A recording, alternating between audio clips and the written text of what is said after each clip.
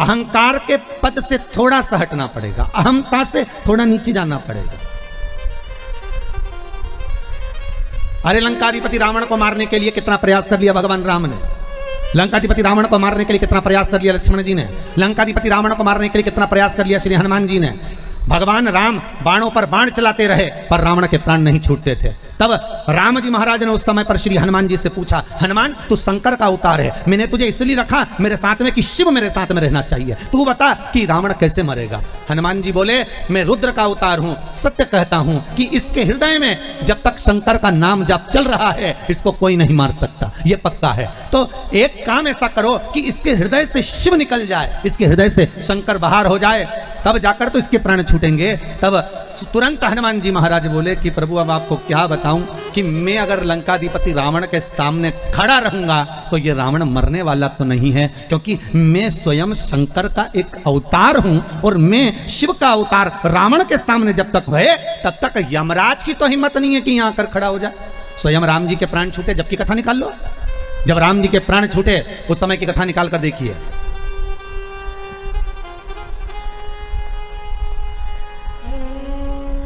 दुर्वासा बाबा ने आकर कह दिया, तुम्हारे ये तारीख, ये तिथि, ये पल आखिरी है, तुम्हें प्राण छोड़कर वापिस परम धाम आना है राम।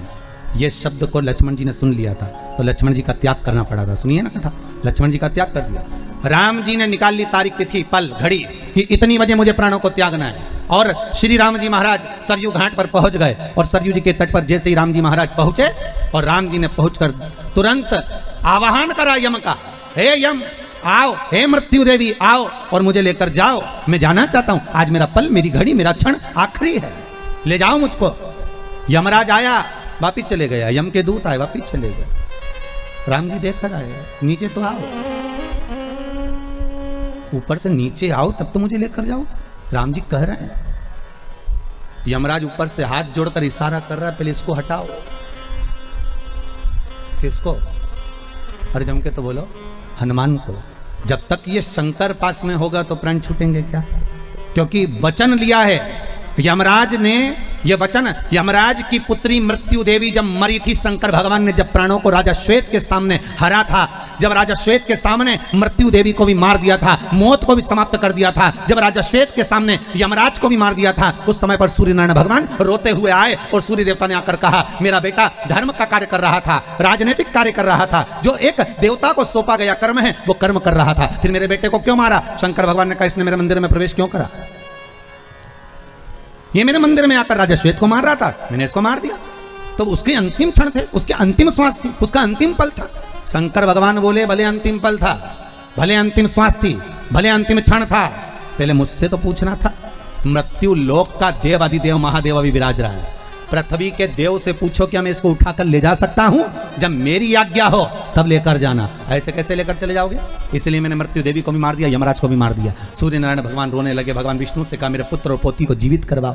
शंकर भगवान ने कहा, शर्त एक रहेगी, जीवित तो मैं कर दूंगा, शर्त इतनी सी है, अगर कोई मेरा भजन कर रहा होगा, जहां शंकर खड़ा होगा, शंकर का स्मरण खड़ा होगा, जहां शिव नाम का जाप हो रहा होगा, वहां ना तो यमराज आएगा ना यमराज की बेटी मृत्यु देवी आएगी। अगर ये वचन दे तो मैं जिंदा कर दूं। सूर्य नारायण भगवान ने कहा, मैं वचन देता हूं, आपका जहां नाम होगा वहां दोनों नहीं आएंगे। तो वचन दे दिया। तो जब वचन दे दिया तो हनुमान जी शंकर का होता और ऊपर से यमराज कह रहे इनको हटाओ। तो राम जी समझ गए कि हनुमान ने कहा था रावण को मारते समय कि मैं पास में होऊंगा तो रावण नहीं मरेगा, मतलब मेरे साथ भी यही है, अगर शंकर साथ में है तो राम के प्राण नहीं छूटने वाले। तो राम जी से निवेदन यमराज कर रहे हैं, धर्मराज कर रहे हैं, आप कृपा करो और अपने प्राण त्यागने के लिए कुछ कृपा करिए, मैं मृत्यु देवी को भेज दूंगा, पर पहले इस शंकर को हटा दीजिए। और राम जी ने अपने हाथ की मुद्रिका उतारी, सरयू जी के जल में फेंक दी। उससे कहा, हनुमान अरे मेरी मुद्रिका गिर गई, जल्दी जा लेकर आ। और हनुमान मुद्रिका लेने के लिए जैसे ही पानी में कूदे और राम जी महाराज पानी में तुरंत अपने प्राणों को त्याग देते हैं। हनुमान जी जब लौट कर आते हैं तब हनुमान को लगा कि प्रभु मेरे सामने प्राण नहीं छोड़ सकते थे, इसलिए मुझे हटा दिया था, इसलिए मुझे हटा दिया था। क्योंकि शंकर जब तक तुम्हारे नजदीक में है जीजियों, इस कोरोना महामारी में मैं बार बार आप लोगों से कह रहा हूं, पिछली बार भी पूरे लॉकडाउन में एक शब्द कहता रहा, आज फिर कह रहा हूं कि श्री शिवाय नमस्तुभ्यम इस मंत्र को मत छोड़ो। कम से कम एक दिन में 11 बार 21 बार चलते फिरते जपते रहो, ओम नमः शिवाय बसते रहो। श्री शिवाय नमस्तुभ्यम नहीं बोलो तो ओम नमः शिवाय बोलो, ये ना बोलो तो महामृत्युंजय का मंत्र का जाप करो और शंकर का अनुमोदन करो, शिव का स्मरण करो। वो कालों का काल है, वो महाकाल है, वो तुमको गिरने नहीं देगा, यह पक्का गिरने नहीं देगा। ये फालतू के दुनिया के लोग मैसेज करते फिरते हैं कि इतने मर गए इतने जी गए, इसकी अपेक्षा मैसेज करो श्री शिवाय नमस्तुभ्यम जपो रे भाया, जपते रहो। कुछ नहीं तो 11 बार तो जपो, दिल से पुकारो उस शंकर को, वो तुम्हारे सामने होगा, साहब तुम्हारे सम्मुख में होगा, तुम्हारे साथ।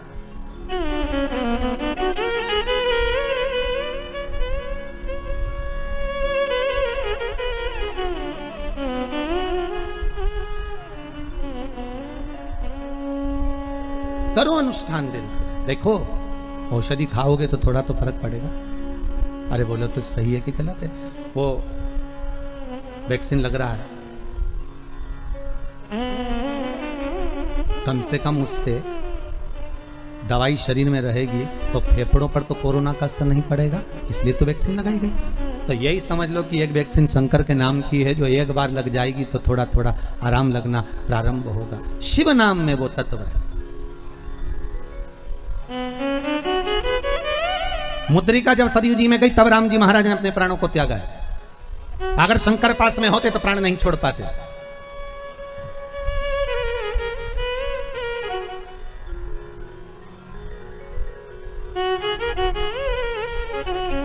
प्राण नहीं निकला। अब तुम मृत्यु कैसे आए?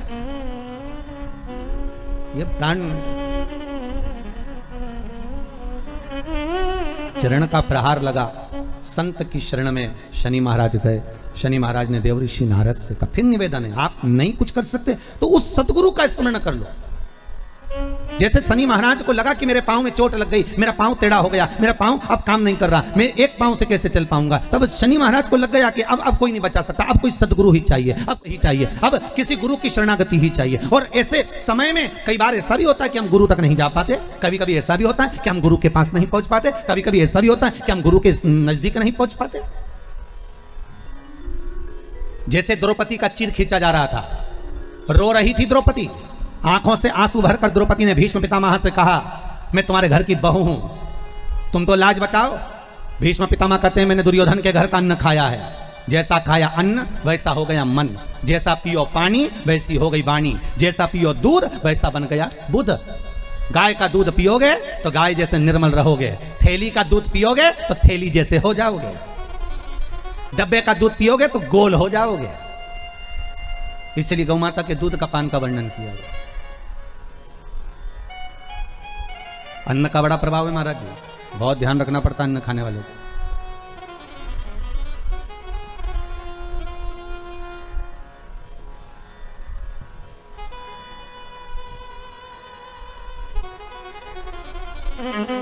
किसी गुरु के लिए, किसी संत के लिए, किसी भगवंत के लिए, किसी भगवान के लिए अगर आप भोजन बना रहे हो ना, तो उसको अगर दिल से बनाओगे और कोई चीज़ दिल से लेके आओगे ना, तो भगवान उसको स्वीकार कर लेता है, भगवान उसको अंगीकार कर लेता है। आप दिल से अगर कोई चीज़ लाए भगवान के लिए लेकर, भाव से लाए,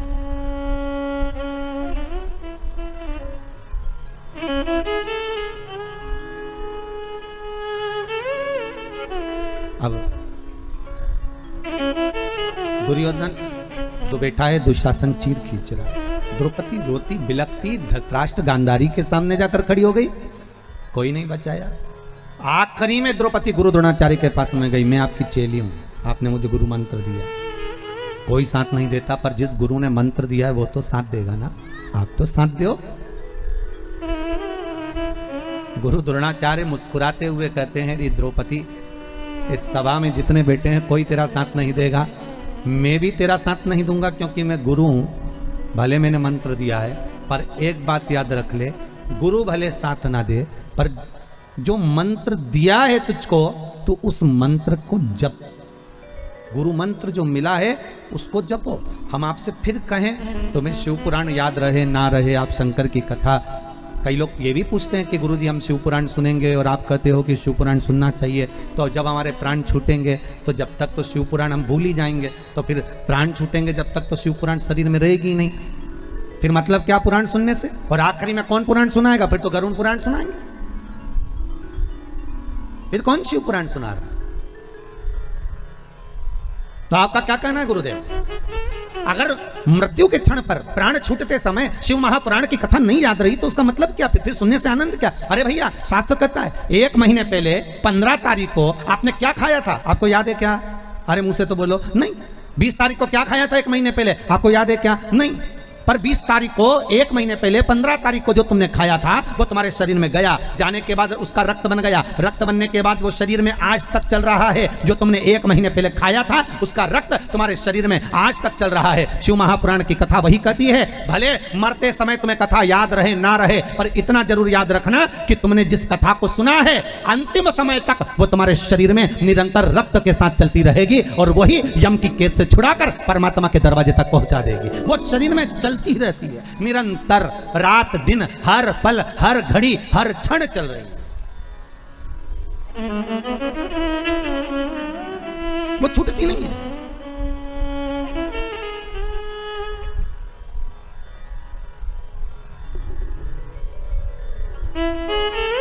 वो मिलती है तो एक बार अगर मिल गई, औषधि चली गई शरीर में, फिर औषधि का काम है कितना असर करना है, ये तो औषधि दिखाती है।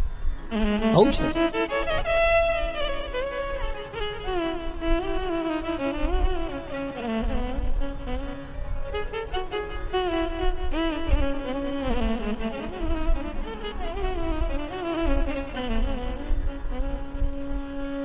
आप तो दिल से पुकारते रहो, आना नहीं आना ये उसका काम, उससे निवेदन करते रहो, ये फिर उसकी मर्जी। अच्छा इतनी बड़ी कोरोना महामारी में करोगे भी क्या? डॉक्टर अपना काम कर रहा होगा, आईसीयू में ऑक्सीजन अपना काम कर रही होगी, वेंटिलेटर अपना काम कर रहा होगा, डॉक्टर सिस्टर अपना काम कर रहे होंगे।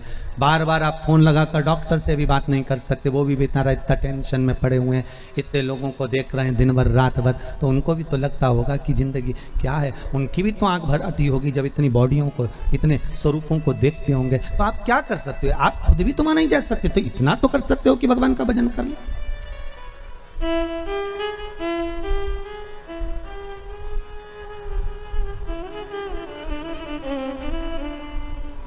इतना तो नहीं बात सकते, और कुछ नहीं तो वो रुद्राक्ष महोत्सव का वो एक लाइन याद करी हुई ध्यान में आप बोल सकते, अंत समय प्रभु आना पड़ेगा, अंत समय प्रभु, बोलो तो, अंत समय आना पड़ेगा, अंत समय वादा किया तो निभाना पड़ेगा, वादा की तो आए ना आए प्रभु कुटुंब कबीला, आए ना आए प्रभु कुटुंब कबीला, अंत समय प्रभु आना पड़ेगा, अंत समय प्रभु वादा किया तो निभाना पड़ेगा, वादा। बस भगवान वही वही क्षण, आप कथा सुनो, श्रवण करो, वो याद रहे ना रहे, भले आप भूल गए पर वो है शरीर के अंदर, जिससे खाया हुआ शरीर में रक्त बनकर चल रहा है। शिव महापुराण हर पल, हर घड़ी, हर क्षण चल रही है, पर उसमें दिखावा नहीं होना चाहिए। जैसे ये छविकृति राजा की जो कथा चल रही है, ये वही कथा चल रही, दिखावा नहीं होना। 2 तरह के व्यक्ति होते हैं, होटल में जाते हैं खाना खाने के लिए, होटल में जाते हैं नाश्ता करने के लिए, समोसा खा लिए 2, 4-5 लड़के, 4-5 मित्र, एक ने कोल्ड ड्रिंक की बोतल ले ली, एक ने समोसा ले लिया, एक ने इमरती ले ली, एक ने भजिया, एक ने दूध ले लिया, एक ने चाय पी ली, सब ने खाया पिया, और एक व्यक्ति उठ कर गया काउंटर पर, जल्दी से जेब में से पर्स निकाला, पैसे निकाल कर देने लगा। ले साहब कितने का हिसाब हुआ? सबका हिसाब बताओ कितने का हुआ? साहब 52 रुपए हुए हैं, काट लो, ये लो पैसे। अब एक व्यक्ति वो है जो तुरंत उठ कर गया और पैसे दे दिया, और एक व्यक्ति वो 4-5 जो खा रहे थे ना, वो बाद में आए, अरे रुक, हम दे रहे हैं, रुक जा रुक जा, अरे रुक तो सही, अरे 2 मिनट रुक तो सही, मैं दे रहा हूं ना। अरे देने वाला है तो दे, नहीं दे, निकालो दे, पर नहीं वो इतना ही बोलता रहेगा, बार बार जेब में हाथ डालेगा, अरे रुक तू रुक तो सही है, अभी रुक, मैं अभी निकाल रहा हूँ, तो दे रहा हूँ, अरे रुक, दुकान वाले लेना मत हो, रुक रुक, और ये कह दे, और अभी रुक 2 मिनट, 1 घंटे तक तो जेब में से खींच रहा है, रुक तो।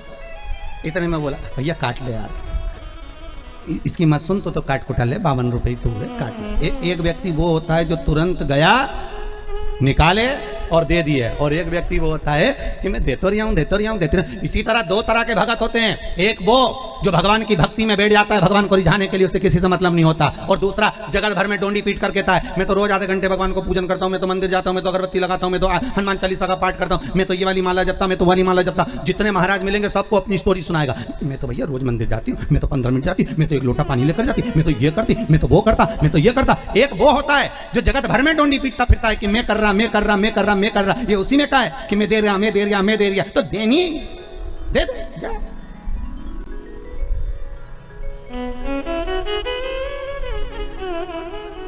अरे बीमार पड़े तब मन में आया अब एक्सरसाइज करूंगा, डॉक्टर ने भी कहा एक्सरसाइज करना, ये सामान कम खाना, बिल्कुल नहीं खाऊंगा, अब की बार ठीक कर दो डॉक्टर साहब, इसके बाद तो बिल्कुल जैसा तुम कहोगे वैसा चलूंगा। अब घर पर आने के बाद 8-10 दिन आराम करने के बाद फिर तो जो खाने पिला, फिर तो पत्नी भी कह रही है थोड़ी योगा मोगा कर लो, एक्सरसाइज तू करिया जा, मेरा शरीर दिख रहा है योगा के लायक, तो खा लो जा, खा, शरीर ना दिख रहा है। जब बीमार पड़े तब भगवान की याद आई, डॉक्टर साहब जैसा कहोगे वैसा करूंगा, एक बार सही कर दो फिर तुम्हारी सुनूंगा, तुम जैसा बोलोगे फिर तुम मास्क लगाने की बोलोगे तो मास्क लगाऊंगा, सैनिटाइज का बोलोगे वैसा करूंगा, सोशल डिस्टेंसिंग का बोलोगे तो पीछे आखिरी में जाके पेड़ पे बैठ जाऊंगा, तुम बोलो तो सही। और जब अच्छे थे तब कई लोग शहरों में गांव में बिना मास्क के घूम रहे हैं, वो इस भाव में घूम रहे हैं कि हमें कोई बीमारी नहीं है। तुम्हें बीमारी नहीं है पर घर वालों के लिए दूसरे की बीमारी लेकर क्यों आ रहे हो? कोरोना केवल एक ऐसी बीमारी है जैसे बाजार में से सब्जी खरीद कर लाते हो, किराने की दुकान से किराना खरीद के लाते हो, दूध की दुकान से दूध खरीद कर लाते हो, उसी तरह कोरोना की बीमारी है। ये कोरोना बीमारी एक ऐसी है, इसको आप लेने जाओगे तो आएगी, अगर नहीं लेने जाओगे तो नहीं आएगी। बस अंतर इतना है कि इसको लेने जाना तुम छोड़ दो।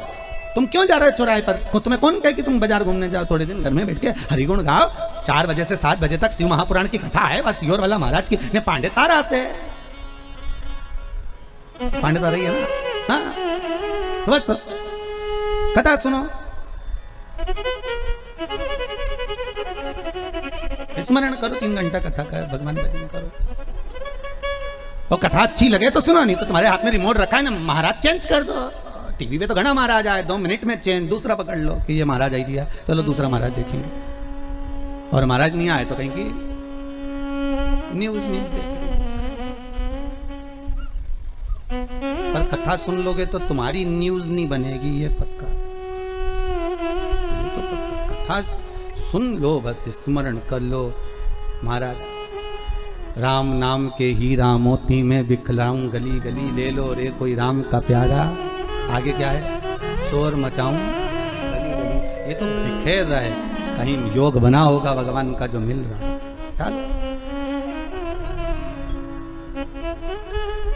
मिल रहा है, उसको प्राप्त कर लो। अब अंतिम क्षण शनि महाराज मन में सोचे कि मैं गुरु की शरण जाऊंगा, माता का अपमान कर दिया, लात मार दी, पांव टूट गया, और अब गुरु की शरण जा रहे हैं। वही हाल है, खूब कहा था अच्छे से रहिए, क्रोध पर संयम रखिए,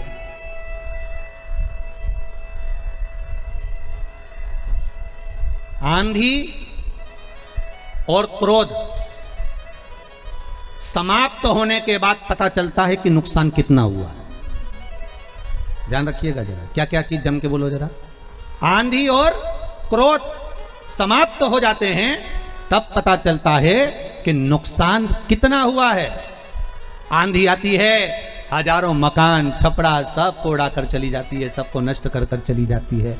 और क्रोध आता है, 10 मिनट का, 5 मिनट का, 15 मिनट का क्रोध सब घर को अस्त व्यस्त कर देता है। पत्नी, बच्चे, बड़े, सबको।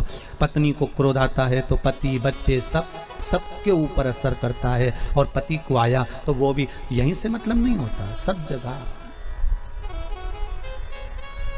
सब जगह।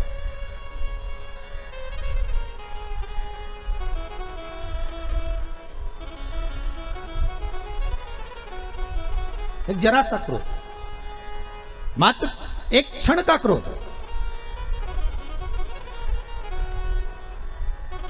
अब एक बहुत सुंदर प्रसंग था कि एक ऑफिस से एक भैया आ रहे थे, उनको घर पर से एक पत्नी से झगड़ा कर कर आ रहा था। और झगड़ा कर कर आया और उसने झगड़ा करते करते जैसे बाहर निकला तो सामने कुत्ता बैठा था, उसमें एक लात दी धर के गुस्से के कारण। कुत्ता भागते भागते गया तो दूसरे व्यक्ति को काट लिया। दूसरा व्यक्ति बेचारा ऑफिस जा रहा था, उसको इतनी गुस्सा आ रही थी कि जैसे ही ऑफिस में पहुंचा, एक मैडम ने गलत काम कर दिया तो एक थप्पड़ धके दिया। मैडम को इतना गुस्सा आया कि सर ने मुझे मार दिया।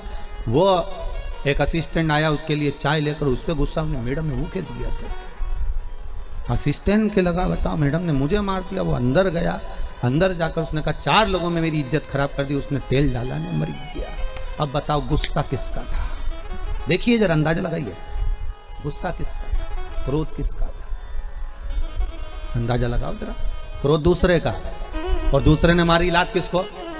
कुत्ता को, गुस्से में। कुत्ता काटा दूसरे को, दूसरा गया दूसरे के पास। एक जरा सा क्रोध में ना जाने कितने लोग हिल गए और अंत में बर्बादी का केंद्र बन गया।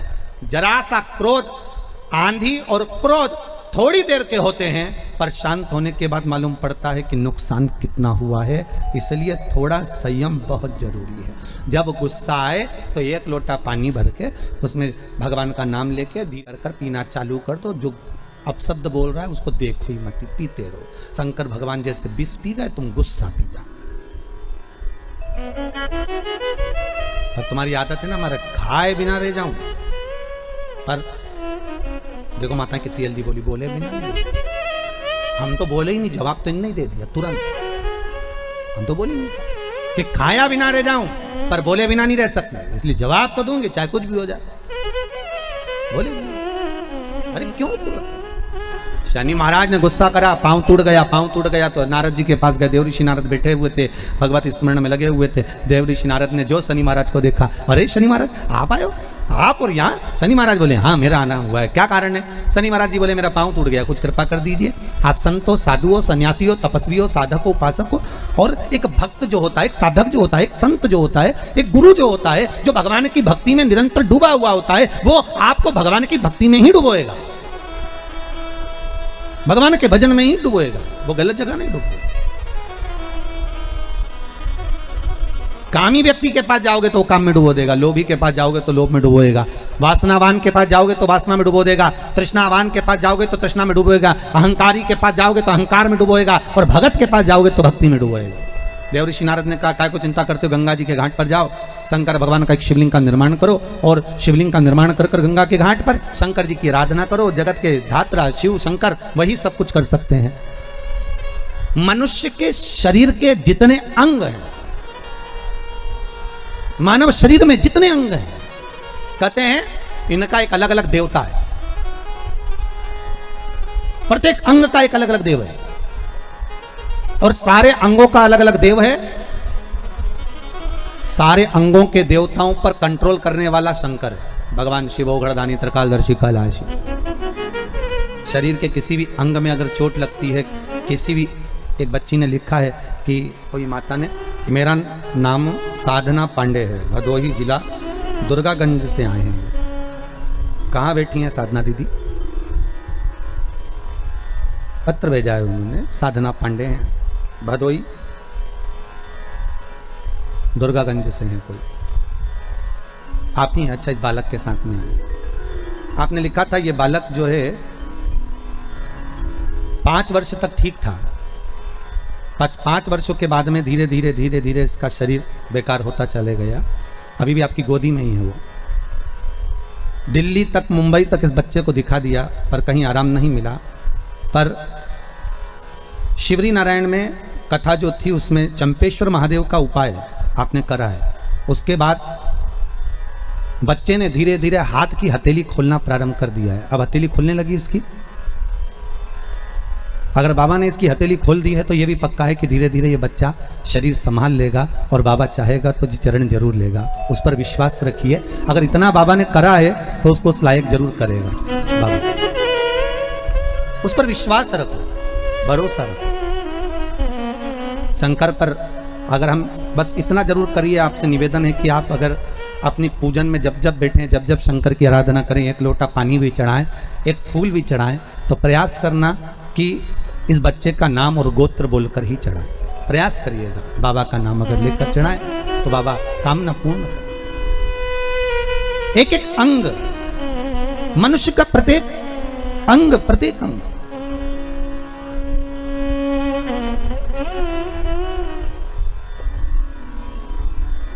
ऐसा कोई अंग नहीं जिसका कोई देव नहीं। जैसे गौ माता के प्रत्येक अंग में भगवान विराजमान है, मनुष्य के भी प्रत्येक अंग में भगवान विराजमान है। ऐसा नहीं है कि मनुष्य के अंग में नहीं है। हो, आप लोग शास्त्र को उठाकर देखिए, आपको मालूम पड़ेगा कि मानव के एक एक अंग में, यहां तक हमारे देवी देवताओं की जब प्राण प्रतिष्ठा होती है, देवी देवताओं को जब प्राण दिया जाता है तो ब्राह्मण मंत्र बोलते हैं। एक एक देवी देवता का मंत्र का स्मरण कर कर, एक एक देवी देवता के मंत्र का अनुमोदन कर कर, नेत्रों के देवता का, कंधे के देवता का, घुटने के देवता का, जंघा के देवता का, एक एक देवता का स्मरण कर कर उसमें प्राण दिए जाते हैं। जब देवताओं का एक एक अंग में एक एक देव का वास है तो मनुष्य के प्रत्येक अंग में एक एक देव का वास है। हमें करना क्या है? जो अंग हमारा गड़बड़ हो जाए, लीवर गड़बड़ हो गया, अगर किडनी गड़बड़ हो गई तो पहले उस देवता को निकालो कि इस लीवर और किडनी में देवता कौन सा बसा हुआ। किसी ब्राह्मण से पूछो कि बताओ कि इस किडनी में, इस लीवर में देवता कौन सा है, और उस देवता का स्मरण कर कर शंकर से जोड़कर उसका अनुमोदन करना चालू करो। धीरे धीरे उसका जब भाग मिलना प्रारंभ हो जाएगा, अपने आप नगर पालिका में नल का बिल जमा करना चालू कर दोगे तो नल चालू हो जाएगा, लाइट का बिल जमा करना चालू कर दोगे तो लाइट चालू कर देंगे। नहीं तो कोई तुमको लाइट का कनेक्शन देगा क्या? अरे बोलो तो, नल बंद कर देंगे, लाइट बंद कर देंगे। तुम उसका बस बिल जो दे रहे हैं, हमने लाइट वाले का बिल दिया तो उसने लाइट चालू कर दिया, नल वाले का बिल दिया तो नल चालू कर दिया, टैक्स जमा कर दिया तो सब कार्य सफल होने लगे। उसी तरह एक एक स्थान का एक एक देवता है, लीवर का, किडनी का, अर्थात कंधों का, इस टखने का, जंघा का, एड़ी का, पंजे का, कहुनी का, नेत्रों का, श्रवण शक्ति का, जिह्वा का, एक एक देव है। उस देव का स्मरण करना प्रारंभ करिए कि वो देव कौन सा है।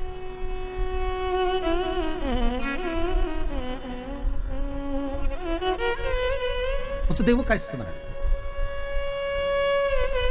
सारे देवी देवताओं में केवल एक ही देव है, देवाधिदेव महादेव, जिनके ऊपर जल चढ़ाया जाता है, दूध चढ़ाया जाता है, पंचामृत चढ़ाया जाता है, तो उस शिवलिंग को दोनों हाथों से मला जाता है। कितने हाथों से मलते हैं? अरे जम के बोलिए जरा। दोनों हाथों से। पास में जो बैठा रहता है पति, वो जल चढ़ा रहा है या पत्नी जल चढ़ा रही है या कोई वस्तु चढ़ा रहा है, और दोनों हाथों से शिवलिंग को मला जा रहा है। लिंग पुराण कहती है कि शंकर भगवान के शिवलिंग पर कोई वस्तु चढ़ाकर उसको मली क्यों जा रही है, उसका स्मरण, उसका घर्षण क्यों किया जा रहा है। तो लिंग पुराण कहती है कि शंकर पर जो पदार्थ हमने चढ़ाया है, जो वस्तु चढ़ाई है, जो दूध चढ़ाया, जो दही चढ़ाया, जो पंचामृत चढ़ाया, उसका जब हम घर्षण करते हैं, शंकर का शिवलिंग में संपूर्ण शिव जी का श्री विग्रह विराजमान होता है। तो हमारे रोग, हमारी बीमारी किस जगह पर है? जब हम शंकर के शिवलिंग का घर्षण करते हैं तो उससे हमारी बीमारी धीरे धीरे समाप्त होने लगती है, धीरे धीरे समाप्ति।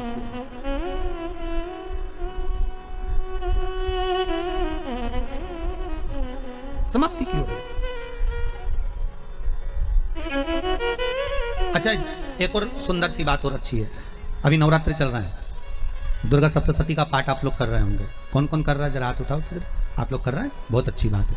अगर आप नहीं कर रहे होगे तो ब्राह्मण दुर्गा सप्तशती का पाठ कर रहे होंगे। उस दुर्गा सप्तशती के पाठ में एक एक जगह पर एक एक स्थान पर देवी का स्थान बताया है। आप लोग अगर सुने होंगे, पढ़े होंगे, तो उसमें बताया गया है, हे मैया मेरे इस अंग की रक्षा करो, हे भवानी मेरे इस अंग की रक्षा करो, हे माँ मेरे इस अंग की रक्षा करो, हे भवानी मेरे इस अंग की रक्षा करिए, हे माँ आप मेरे नैनों की रक्षा करिए, हे माँ आप मेरी श्रवण शक्ति की रक्षा करिए, हे माँ आप मेरी जिह्वा की रक्षा करिए, हे माँ आप मेरी जंघा की रक्षा करिए। आया कि नहीं आया? जब दुर्गा सप्तशती में एक एक स्थान का महत्व आया है कि इस जगह पर ये देवी का स्मरण करेंगे तो माँ मेरी कल्याण करेगी, माता मेरा उद्धार करेगी, बस उसी भाव में, उसी स्थान को। शंकर के शिवलिंग में भगवान शिव का संपूर्ण विग्रह, संपूर्ण। और जब शंकर का संपूर्ण विग्रह है तो हम बाबा से अनुमोदन क्यों ना करें? अभी दुर्गापुर के पहले फुसरो में कथा थी, फुसरो झारखंड में। तो एक बात हमने कही थी फुसरो की कथा में कि जिस व्यक्ति को शरीर में बहुत कष्ट रहता हो, बहुत ज्यादा कष्ट अगर शरीर में रह रहा हो, तो मक्खन, थोड़ा सा गाय के दूध का माखन निकालकर शंकर के शिवलिंग पर जो व्यक्ति बीमार रहता है उस व्यक्ति का स्पर्श कर। अभी तो खैर कोरोना महामारी चल रही है तो मंदिर भी सारे बंद हैं, पर प्रयास करा करो उस मक्खन का लेपन, जब ये कोरोना महामारी समाप्त हो जाए तब माखन का लेपन शंकर के शिवलिंग पर करना प्रारंभ करो, श्री बिजलेश्वर महादेव का नाम लेकर। कौन से महादेव का नाम लेना है? श्री बिजलेश्वर महादेव।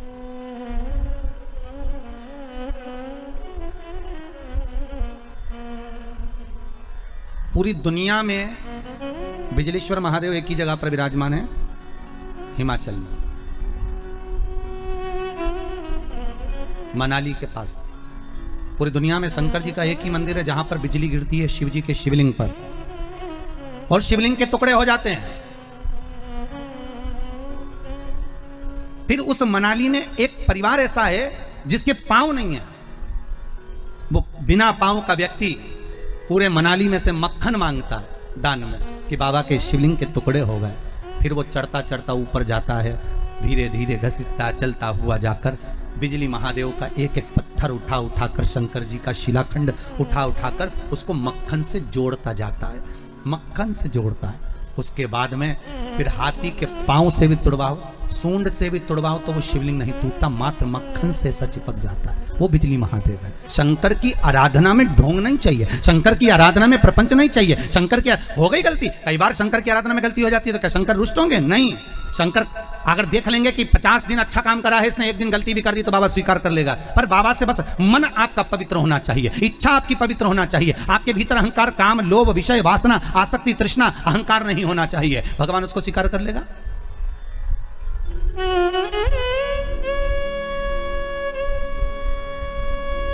भगवान उसको ले लेगा आराम से। दिखावा ना करिए भगवान के सामने। मेरे शंभू को आप दुनिया के मंदिर में दिखावा करो चल जाएगा, पर शंकर को नहीं चाहिए। शंकर कहते मेरे मंदिर में आओ, एक लोटा पानी चढ़ाओ, बम बम बोलो, अपने घर जाओ। फालतू बैठने की जरूरत नहीं है, फालतू मेरा टाइम बर्बाद करना मत।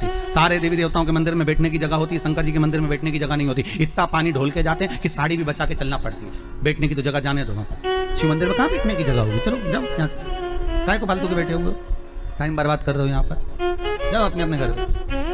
पार्वती जी कई बार शंकर जी से पूछती हैं, तुम आंख बंद करके बैठे रहते हो, दुनिया के लोग तुम्हारा दर्शन करने आते हैं, कम से कम देख तो लिया करो कौन आया। शंकर भगवान बोले फालतू की बात मत कर, मेरे को सब मालूम है, ये सब मानते हैं इसलिए आंख बंद करके बैठा रहता हूँ। पार्वती जी बोली ऐसा कोई होता है क्या? शंकर भगवान बोले तेरे पड़ोसन क्या करके देख ले, रोज पड़ोसन क्या जाना, जीजी की जरा एक कटोरी घी दे दे, जीजी जरा तेरी चप्पल दे दे, जीजी तरह जरा सा मोबाइल दे दे, जीजी तरह थोड़ा सामान दे दे। रोज रोज मांगने जाओगे तो पड़ोसन भी दरवाजा बंद कर लेगी, तो मैं तो आंख ही बंद कराऊंगा। तो आंख कब खोलोगे? शंकर भगवान बोले जो मेरे लिए आएगा तो आंख खोल लेता हूं। मैं जानता हूं मेरे भगत को कि ये मेरे लिए आता, मांगता कुछ भी नहीं है, बस आता ही है, दूध चढ़ाएगा, जल चढ़ाएगा, बेलपत्री चढ़ाएगा। और ऐसा बावरा कभी कभी बेलपत्री भी नहीं लाता, तो झाड़ू पोछा लगाकर हाथ धोने के बाद जो पत्ती पत्ती मिल जाती है उसी को धोके चढ़ा के चले जाता है। ये भगत है मेरा, ये भक्त है, इसको दिखावे से मतलब नहीं है। और एक रोज मंदिर जाए ना 25 बार तो साड़ी का पटली जमा, पटरी जमा के फिर पिन मिन लगा के फिर पल्लू मल्लू ले के और एक बास्केट उतार ले, उसमें लोटा भर पानी मानी सब धर के और इतनी बड़ी बिंदी लगा के ऐसी नोटंकी करके कि इसके बराबर कोई मंदिर नहीं जाए साहब, ये तो बड़ी धर्मात्मा, इसके बराबर कोई धर्मात्मा नहीं। बाप रे, रोज आए रोज मंदिर और ऐसी पूजन करे साहब, 2 घंटा तक तो माला लेने बैठी रहे, और इतने में कहीं की आवाज करते तो चिल्लाती भी है, उधर जाओ उधर जाओ।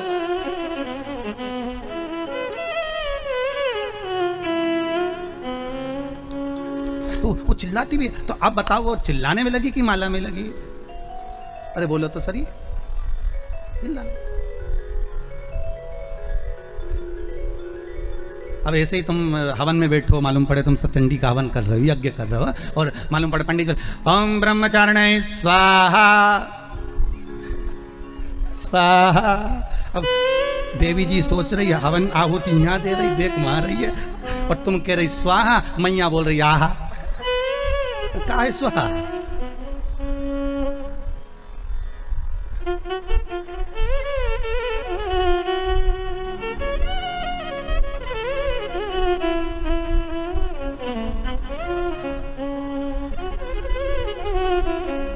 पति भी हवन में बैठा तो बोले, पत्नी से पूछ लिया चाय पी ली तुमने?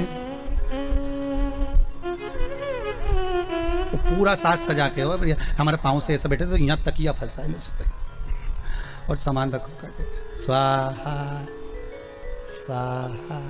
माता रानी भी सोचे रही मेरा हवन कर रही, मुझे ही देख ले। सुख वस्तु में नहीं मारा। फिर वही बात आ गई, भगवान को नहीं पसंद है छल, भगवान को दिखावा नहीं पसंद है। नहीं चाहिए चांदी की थाली में भोजन भगवान शंकर को, नहीं चाहिए शंकर भगवान को सोने की अटारियां। ऐसे सोने के महल तो शंकर भगवान लंका के राजा रावण को दिया थे, ले तू इधर ले ले। हाथ में कड़ा था, उतार कर भस्मासुर को दे देते, ले जिस पे हाथ रखे वही भस्म। भस्मासुर ने सोचा प्रैक्टिकल यहाँ कर लो, शिव जी के पीछे पड़ गया।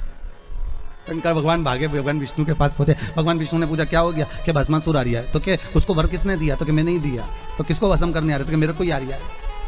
भगवान विष्णु बोले तो थोड़ा तो विवेक से काम करा करो, हर किसी को हर कोई सा आशीर्वाद दे देते। शंकर भगवान बोले हमारा नाम भोला, हम तो भोला, इसलिए तो नाम भोला पड़ा कि हर कुछ को हर किसी को जो मन पड़े वो वर दे दे। एक चोर शंकर जी के मंदिर में चोरी करने गया, स्टूल नहीं था, टेबल नहीं थी, कुर्सी नहीं थी, शंकर जी के शिवलिंग पे ही चढ़ गया। शंकर जी वहीं प्रसन्न हो गए, मांग तुझे क्या चाहिए? उसने कहा भोलेनाथ कभी तो प्रसन्न नहीं हुए, शिवरात्रि पे सावन में कभी प्रसन्न नहीं हुए, आज कैसे हुए? शंकर भगवान बोले लोग जल चढ़ाए, धतूरा चढ़ाए, तू तो पूरा ही चढ़ गया, बड़ी कृपा करिए, इससे बढ़कर करूँगा तू तो मांग ले, तेरे को क्या चाहिए? शिव बढ़ा गया, उनका नाम ही भोला। अब देवऋषि नारद पूछ लिए क्या हुआ क्या है? तो कि महाराज जी मेरा पाँव ठीक करा दो। तो पाँव ठीक कराना है तो शंकर का स्तमन करो, गंगा के घाट पर जाकर शिवलिंग का निर्माण करो, उस शिवलिंग का निर्माण कर उसकी आराधना करिए, ठीक है। और उसकी आराधना में जब शंकर भगवान की आराधना में शनि महाराज डूब गए, ऐसी आराधना शनि महाराज ने करी कि शंकर भगवान प्रसन्न हो गए। क्या मांगते हो शनि? शनि कहते हैं बस इतनी कृपा कर दीजिए, मेरा पाँव ठीक कर दीजिए। शनि तेरा पाँव तो ठीक कर दूंगा पर उसमें थोड़ी सी लचक रह जाएगी, चिंता मत करना, तूने मेरा अनुमोदन करा, जा तेरा कष्ट में हरता हूँ। शनि महाराज शिव जी से कहते हैं भोलेनाथ जो आपका नाम लेगा उस पर कभी शनि नहीं चढ़ेगा। अब दिक्कत ये हो गई कि ये छवि कृति जो राजा था ये शंकर की आराधना करने वाला और शनि महाराज ने इसको मार दिया। कथा वहां चल रही है कि टेंशन ये कहां से आ गया कि शनि महाराज इसको कैसे मार सकते। जो शिव आराधना में डूबा हुआ था, बस गलती एक थी छवि कृति की, और वो गलती आपने भी करी होगी, इसलिए शायद शंकर नहीं मिले होंगे। और आपसे भी निवेदन है ये राजा छवि कृति की कथा को अपनी जिंदगी में उतार कर रखना, राजा छवि कृति की कथा को अपने जीवन में उतार कर रखना कि इसने गलती क्या करी है, वो गलती हमसे तो नहीं हो रही है और हम उसको सुधार लें। मंदिर सजा दो, पूरे मंदिर में दिए लगा दो, ठीक है, अच्छा अच्छा भोग लगाओ, चांदी की थाली में जिमाओ, सोने के पात्र में जिमाओ, भगवान का चांदी का कलश लाओ, ऊपर जलाधारी चांदी की लगाओ, ठीक है महाराज। पर राजा छवि कृति के प्राण शनि महाराज। तो किसी ने शंकर भगवान से पूछ लिया भोलेनाथ विश्वनाथ हे शंभो हे त्रिकालदर्शी हे कैलाशी अविनाशी शंभो, ये बताओ कि राजा छवि कृति जब तुम्हारी आराधना करता था, तुम पर जल चढ़ाता था, तुम्हारी पूजन करता था, तुम पर बेलपत्र चढ़ाता था, तो शनि महाराज ने उसको क्यों मारा? शंकर भगवान के मुख से निकल गया राजा जब भी कोई सामान चढ़ाता था तो जगत को, नगर को, महल को, पूरे राजपाट को दिखाकर चढ़ाता था कि मैं इतना कर रहा हूं। अर्थात अहंकार रखकर अगर कोई शंकर की आराधना करता है तो शंकर कभी उसका साथ नहीं देते, कभी नहीं देते। भले तुम दूध चढ़ाओ, दही चढ़ाओ, तुम्हारी मर्जी पड़े वो चढ़ाओ।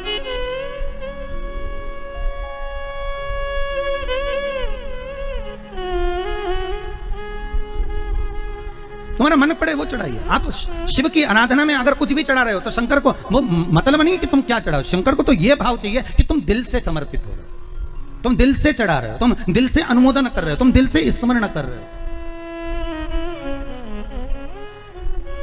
शंकर को उन वस्तुओं के सुख से मतलब नहीं है, तुम्हारे वस्तु का सुख शिव को नहीं चाहिए।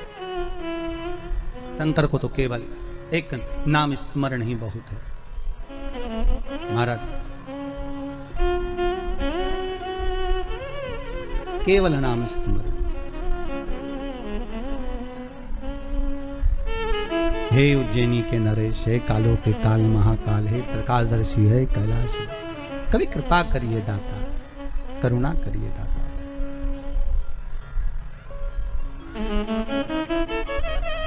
मेरे शंकर को दिखावा नहीं चाहिए, मेरे शंकर को हृदय का सुख चाहिए। आप मन से जो बाबा को समर्पित करोगे बाबा वो स्वीकार करेगा।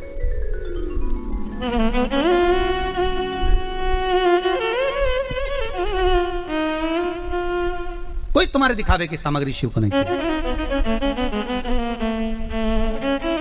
एक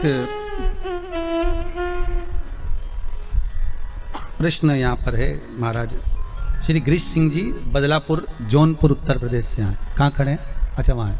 आपने एक पत्र लिखा है महाराज जी कि पशुपति व्रत में शाम के समय भोजन में सेंधा नमक का प्रयोग कर सकते हैं क्या? पहली बात तो पशुपति व्रत में एक समय फलहार करना है, दूसरे समय भोजन करना है। भोजन में कोई भी नमक का प्रयोग आप कर सकते हैं। अगला प्रश्न है आपका, पशुपति व्रत के दिन मान लो एकादशी पड़ जाए तो पशुपति व्रत हम करेंगे तो मान्य होगा कि नहीं होगा? अब ये आपको अंदाजा लगाना है कि आपको एकादशी करना है कि पशुपति व्रत करना है। अगर एकादशी का व्रत कर रहे हैं तो उस दिन पशुपति व्रत को छोड़ दें, अगले सोमवार को पशुपति व्रत फिर कर लें। ऐसे 5 व्रतों का नियम रहेगा। हर हर महादेव विराजी। भगवान शिव की कथा। भगवान शंकर ओगरदानी, त्रिकालदर्शी, कैलाशी, अविनाशी, मेरा भूत भावन भूतेश्वर, शिव की कथा करें। शंकर को जो हम दें वो प्रेम वश दें महाराज, स्नेह वश। शंकर को स्नेह से ज्यादा कुछ भी नहीं चाहिए। निर्मल मन सो मोही पावा, मोहि छल छिद्र कपट ना भावा। शंकर को ना छल चाहिए ना कपट चाहिए, उनको तो केवल तुम्हारा नूतन मन, नूतन हृदय, निर्मल भाव चाहिए, केवल निर्मल।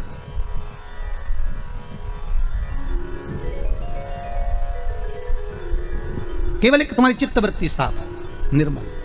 शिव महापुराण की कथा कहती है भगवान शिव माता जगतजननी जगदम्बा पार्वती के साथ में जब विवाह करते हैं, मां आद्य शक्ति जगदम्बा, जगतजननी दुर्गा भवानी माता पार्वती मैनावती के गर्भ से प्रकट होती है। मैनावती के गर्भ से। देखिए पहले भी कथा में कहा, फिर कहते हैं मैना, धन्या और कला, ये 3 पितरों की बेटियां महाराज।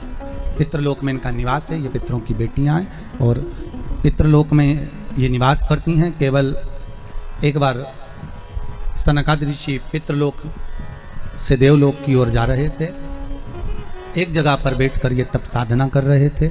वहीं से मैना, धन्या, कला इन तीनों का निकलना हुआ और इनके लहंगे की चोट से सनत कुमार के पांव में लग गई। सनकादि ऋषियों को चोट पहुंची तो इन सनत कुमारों ने श्राप दे दिया, मैना, धन्या, कला, हम आपको श्राप देते हैं कि आपके वस्त्र द्वारा संतों को चोट लगी है तो आप देवलोक को छोड़कर, पितृलोक को छोड़कर मृत्यु लोक में पहुंचो।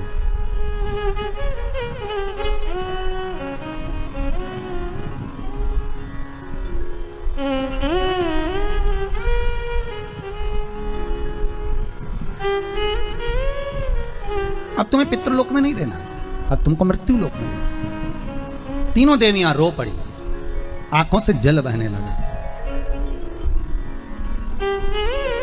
सर्वाधिक सुंदर, अति सुंदर अगर कोई लोक है तो वो पितृलोक है।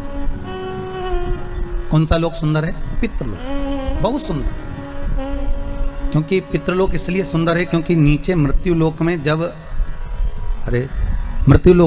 जब आप लोग कथा श्रवण करते हैं ना, चाहे आप टीवी चैनल के माध्यम से सुन रहे हो, चाहे आप फेसबुक यूट्यूब के माध्यम से सुन रहे हो, रात्रि को भले आप 15 मिनट भी अगर मोबाइल पर भी कथा सुन रहे हो या आप टीवी चैनल के माध्यम से कथा सुन रहे हो, शिव महापुराण की कथा जितनी देर आप पंडाल में बैठकर सुनो, चाहे टीवी पर सुनो, चाहे मोबाइल पर सुनो, जितनी देर तक आप शंकर की कथा को श्रवण करते हो,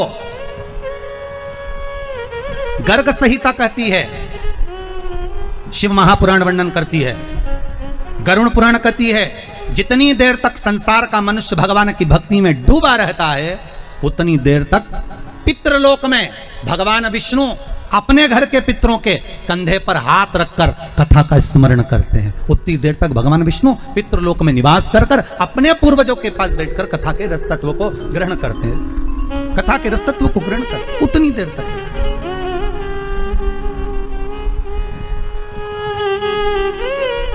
अब अंदाजा लगाइए आप लोग कितनी बजे कथा में आए हो। और कई लोग तो टीवी के सामने अगर इंतजार करते रहते, जैसे ही 4 बजे बच्चों को कह के रखते हैं बस 4 बजे टीवी चालू करो, कथा आ रही होगी, सियोर वाला महाराज बैठा है, कथा बात रहे, चालू करो जरा कथा, लगाओ जरा आस्था टीवी लगा दो, चालू करो जरा, चालू कर दीजिए। शिव महापुराण की कथा कर रही है, जितनी देर तक आप सत्संग में डूबे हुए हो, वही बात आ गई ना, जिसको मनुष्य चुनता है वो संसद में जाकर बैठता है और जिसको शिव चुनता है वो सत्संग में जाकर बैठता है। ये शंकर ने चुना है, आप तो दूसरा चुनने वाला नहीं, शंकर चुना। तो पितृलोक इतना सुंदर लोक है जहां पर भगवान विष्णु हर पल, तो पितृलोक में जितने भी पितर रहते हैं ना, इनको भगवान विष्णु का दर्शन हर आधे घंटे 1 घंटे में होता रहता है, क्योंकि कोई ना कोई कथा सुनता ही रहता है। तो कथा सुनते रहते हैं तो उनके पितरों से भगवान विष्णु मिलने आते हैं। तो जितने लोग पितृलोक में रहते हैं भगवान विष्णु सबसे मिलकर जाते हैं। इससे बढ़कर खुशी क्या होगी? कोई अध्यक्ष आया, कोई उपाध्यक्ष आया, कोई सीएम आया, कोई पीएम आया, आपके गाँव में आया, जब एक से मिलने आया तो सबसे मिलकर अगर और साहब बढ़िया आनंद में, तो हाय भाई तो हो ही गई ना कम से कम। कि विधायक साहब आए, सांसद साहब आए तो मिलकर गए, एक से बन तो सबसे मिलना हो गया, उनका हाय भाई हो गई कि हाँ सबसे मिलने। तो भगवान विष्णु जितनी बार भी पितृलोक में आते, कोई कथा सुनता मिलता और भगवान विष्णु को पितृलोक में जाना पड़ता। कई बार भी पूछ लिया, तुम दिन भर गायब रहते हो, कहाँ चले जाते हो? भगवान विष्णु बोले, पृथ्वी पर लोग खूब कथा सुन रहे हैं, जितने लोग कथा सुनते हैं तो इनके पितरों के पास जाकर मुझे बैठना पड़ता है आशीर्वाद देने के लिए, उनकी पीठ थपथपाने के लिए कि तुमने अच्छा काम करा, तुमने निर्मल कार्य करा। उनकी पीठ थपथपाने के लिए मुझे बैठना पड़ता है, उनके स्मरण के लिए मुझे बैठना पड़ता है।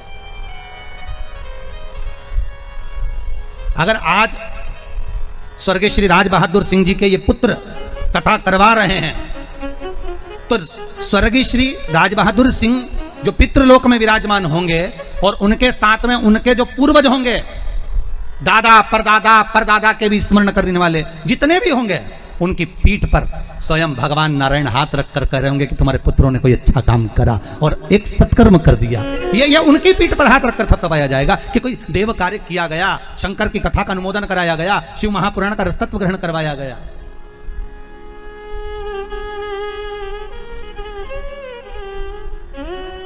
मैना धन्या कला कर रही है कि आप हमें पितृलोक से नीचे मत भेजिए, क्योंकि इस लोक में हमें रोज भगवान का दर्शन होता है। अगर हम भगवान का दर्शन कर पाते हैं तो पितृलोक में कर पाते हैं, नीचे जाएंगे तो हमें दर्शन कैसे मिलेगा? इसलिए हमको इस लोक में वापस भेज दीजिए। भगवान कहते हैं, सनत कुमार ऐसा नहीं हो सकता, तुम्हें पितृलोक को छोड़ना पड़ेगा, मृत्यु लोक में जाना पड़ेगा। मृत्यु लोक में हम जाएंगे तो हमारा कल्याण कैसे होगा? भगवान ने तुरंत कहा, देवियों तुम जब मृत्यु लोक में जाओगे तो तुम्हारे गोद में 3 देवियां खेलेंगी।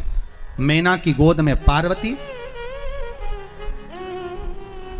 धन्या सुनैना बनेगी जिनकी गोद में सीता, कला कीर्ति बनेगी जिनकी गोद में राधा। ये 3 खेलेंगी और ये तीनों संपूर्ण विश्व का कल्याण करेंगी। इन 3 देवियों के प्रकट होने से संपूर्ण ब्रह्मांड आनंदित होगा, संपूर्ण ब्रह्मांड।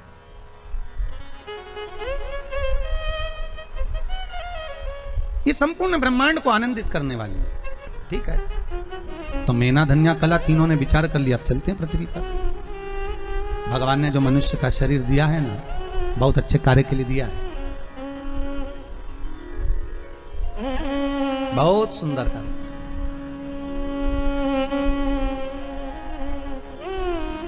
आज कितनी प्रसन्नता का विषय होता होगा महाराज जब घर के पिता पितृलोक से देखते होंगे कि मेरे बेटे चंडी यज्ञ कर रहे हैं, सतचंडी कर रहे हैं, शिव महापुराण की कथा करवा रहे हैं, भगवान का स्मरण कर रहे हैं, 7 दिन 9 दिन भगवत चर्चा हो रही है। पूर्वज वैसे ही प्रसन्न हो जाते होंगे, पूर्वजों को वैसे ही प्रसन्नता का भाव हो जाता होगा।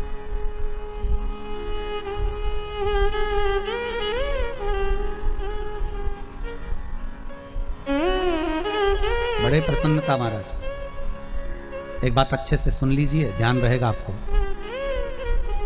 जब हमारे यहाँ पर बच्चा होता है ना, हमारे यहाँ पहले लड़का वगैरह होता है ना, तो ढोल बैंड बाजा बजता है। आपके गांव में ऐसा है कि नहीं पता नहीं, परंतु वो है ऐसा। तो बच्चा होता है तो बड़ा ढोल बैंड बाजा बजता है। शिव महापुराण की कथा और गरुड़ पुराण कहती है, मृत्यु लोक में किसी के घर में बच्चा होता है पहली बार तो ढोल नगाड़ा बैंड बाजा बजता है। पितृलोक में जब परिवार का कोई एक व्यक्ति भी शंकर की कथा को करवाता है, शिव महापुराण की कथा को करवाता है, तो पितृलोक में स्वयं भगवान विष्णु शंख का नाद करते हैं और कहते हैं धन्य है तेरे घर के बच्चे, जो तेरे घर के बालक, तेरे घर के बच्चे कोई शुभ कार्य कर रहे हैं। यहां तो अपन नगाड़े बजवा रहे हैं, वहां भगवान विष्णु नगाड़े बजा रहे हैं।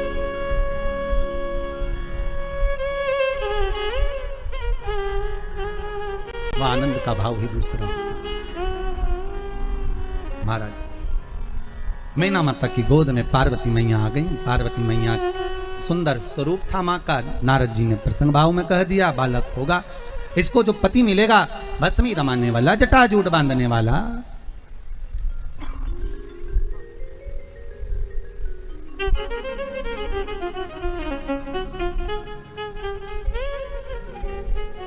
सबसे पहली भस्म, सबसे पहली भस्म शंकर भगवान पर किसने चढ़ाई थी?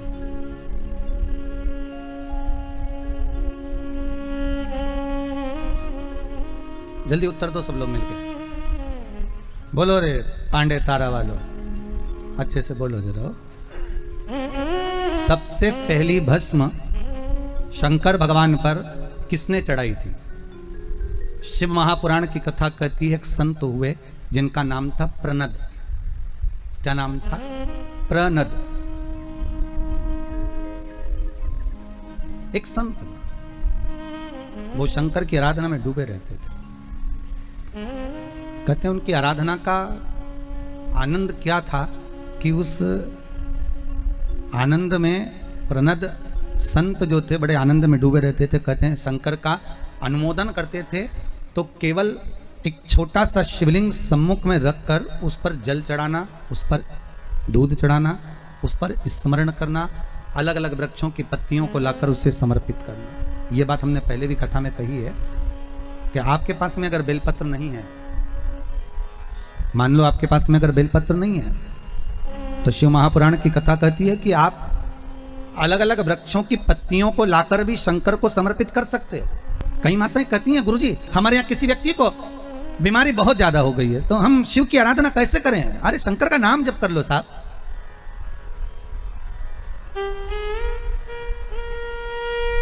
मंदिर भी नहीं जा सकते तो शिव का स्मरण तो करो, और अगर बेलपत्री ना मिले तो दूसरे वृक्ष की पत्ती ही समर्पित कर दो, पर करो।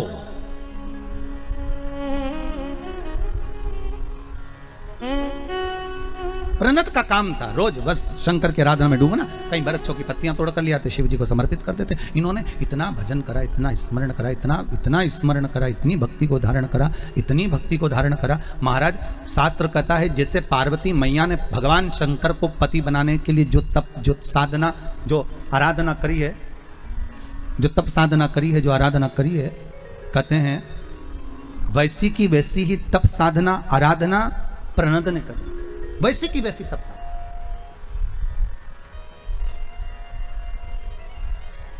और बहुत ध्यान देना महाराज, कलिकाल के लिए वर्णन करेंगे। शंकर को रिझाने के लिए कौन से कलर के कपड़े पहने उससे मतलब मत रखना।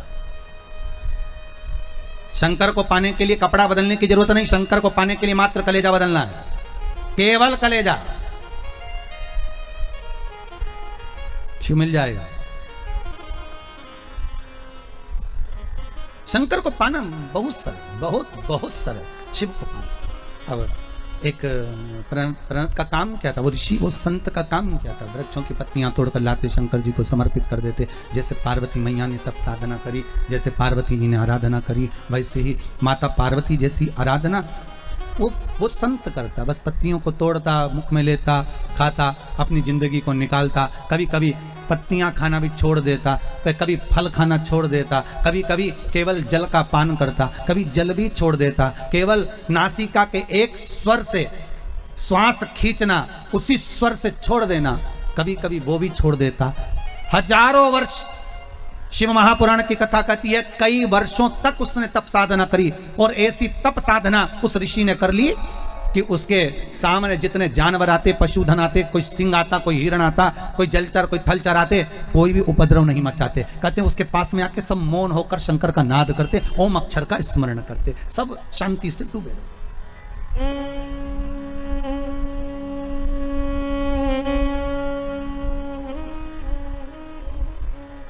ओम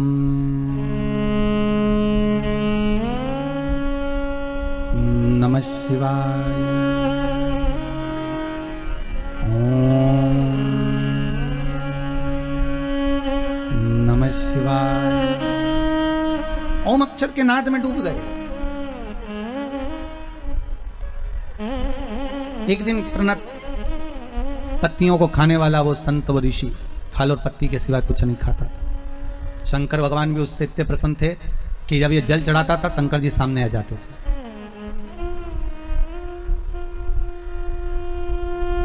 शिव सामने। एक दिन किसी वृक्ष की पत्तियां तोड़ने के लिए गया, उंगली में चोट लग गई। चोट लगी, रक्त जमीन पर गिरना था। शरीर में क्या होता? रक्त। पर प्रणत के उंगली कटने पर रक्त नहीं निकला, वृक्षों की पत्तियां और जो फल खाए थे उसका रस निकल रहा था। पत्तियों का रस, फलों का रस निकल रहा।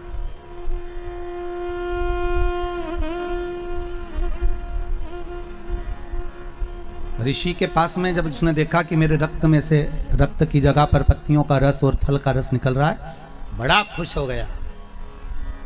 अब तप साधना करने के बाद अहंकार तो थोड़ा सा ही जाता है, थोड़ा सा। मेरा बहुत निवेदन रहा है हर बार, आज फिर करूंगा। आप कोई बहुत बड़ा आयोजन कर लो, बहुत बड़ा दान कर लो, बहुत बड़ा पुण्य कर लो, बहुत बड़ा सत्कर्म कर लो, बहुत बड़ा भजन कर लो, बहुत बड़ा स्मरण कर लो, पर तुम्हारे मन में अहंकार नहीं आना चाहिए। अहंकार आ गया कि मैंने करवाया, इतना बड़ा कोई नहीं करा सकता था, ऐसा कोई नहीं कर सकता था, तो तुमने जो कराया वो सब पानी में चला गया, उसका फल कुछ नहीं मिलता, उसका फल नहीं मिलेगा। शिव महापुराण का फल क्या है? अहंकार से विहीन हो जाइए। अभी दुर्गापुर में हम कथा कर आए हैं अग्रवाल जी के यहाँ, उनका दूसरी बार फोन आ गया, महाराज गुरुजी से कहो तारीख दीजिए कथा की। खुसरो कथा कर आए तो खुसरो वालों का फोन आ गया, गुरुजी से कहो तारीख दो दूसरी कथा की। शिव महापुराण का पुण्य फल अगर चाहिए, किसी यज्ञ का, अनुष्ठान का, भजन का, कीर्तन का, स्मरण का, कन्या भोज का, भंडारे का पुण्य अगर चाहिए, तो तुम्हारे मुख से यह नहीं निकलना चाहिए कि मैंने इतना बड़ा करा दिया। नहीं, कराने वाला शंकर था, करने वाला बाबा को कराना था। 2 बजे कथा चालू होती है, लोग टीवी के सामने बैठ जाते हैं। टीवी का वॉल्यूम ऐसा बढ़ा के बैठते हैं कि मोहल्ले के जो नहीं सुन रहे होते हैं उनको भी सुनना ही पड़ती है। और तो और बुजुर्ग तो बुजुर्ग, घर की बहुएं, घर की बेटियां, घर के बेटे, घर के बच्चे भी शंकर की कथा को ऐसे प्रेम से श्रवण कर रहे हैं, इतने आनंद में सुन रहे हैं, इतनी मस्ती में सुन रहे हैं कि उनको शायद हमने नहीं सोचा था कभी कि ये बच्चे धर्म की ओर बढ़ जाएंगे, पर उनके भीतर धर्म प्रवेश कर गया, उनके भीतर भगवान शिव प्रवेश कर गया। और चाहिए ही क्या अपने को? जिस गांव में पानी की कमी होती है वहां की फसल बिगड़ जाती है, जिस घर में संस्कारों की कमी होती है वहां की नस्ल बिगड़ जाती है। परिवार को सुधारने का सबसे सुंदर तरीका है शिव महापुराण की कथा। परिवार को संवारने का सबसे सुंदर तरीका है भगवान शंकर का अनुमोदन। परिवार को संभालने का सबसे सुंदर आनंद है शिव चरित्र, शंकर का अनुमोदन, भगवान शिव की कथा।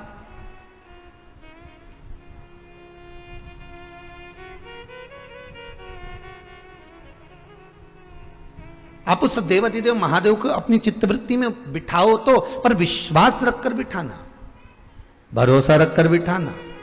और अगर विश्वास रखकर बिठाया है, भरोसा रखकर बिठाया है, तो शंकर क्यों ना कृपा करेगा।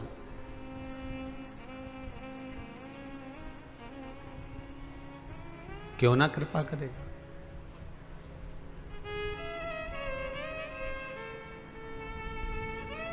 सब दूर से आस छूट जाए, हर व्यक्ति से आशा जब समाप्त हो जाए और लगने लगे कि अब कोई साथ देने वाला नहीं है, आंखों में अश्रु आपके अगर आ रहे हैं,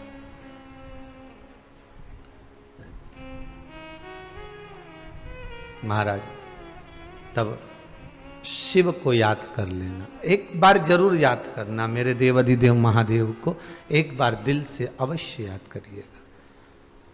अश्रु आंसू किसके निकलते? जिसका भीतर का विश्वास टूट गया हो, जिसने जगत में सबको आजमा कर देख लिया हो और अंत में भी उसका कोई रिजल्ट सामने नहीं आया, तब वो परमात्मा के पास जाकर फिर रोता है। सदगुरु के पास जाकर, गुरुजन के सामने जाकर, संतजन, साधुजन, तपस्वी जन, साधक, उपासक के पास जाकर, माता पिता के आगे फिर वो रो लेता, फिर वो रोती है।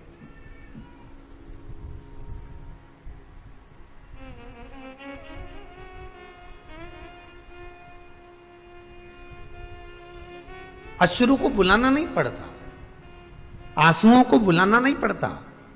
आंसू तो आपकी भक्ति जो होती है, आंसू तो जो आपका विश्वास है, आपकी जो दृढ़ता है, आपका जो भरोसा है, आपका जो परमात्मा के चरणारविंद में जो रसतत्व, जो चित्त वृत्ति आपकी भगवान में जो जुड़ी हुई है, बस वो नैनों से झलकने लगती है।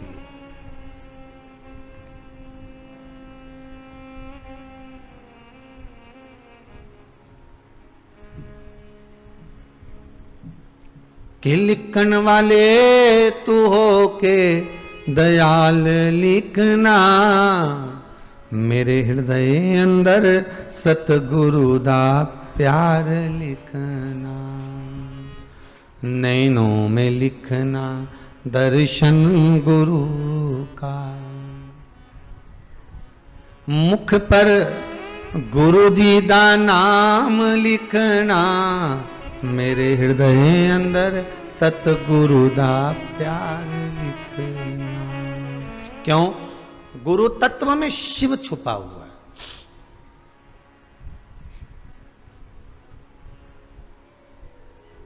गुरु तत्व में शंकर छुपा हुआ है। किसी ने प्रश्न किया था, हम गुरु पूर्णिमा पे गुरु मंत्र नहीं ले पाए और हमारा कोई गुरु नहीं है और हमारी अवस्था हो गई 72 साल की, अब बताओ हम मर गए तो हमें गुरु मंत्र चाहिए, हमें गुरु मंत्र दो। हम कहे माँ हाथ जोड़ के निवेदन है, कोई भी गुरु मंत्र देने वाला होता तो गुरु पूर्णिमा पे देता होगा।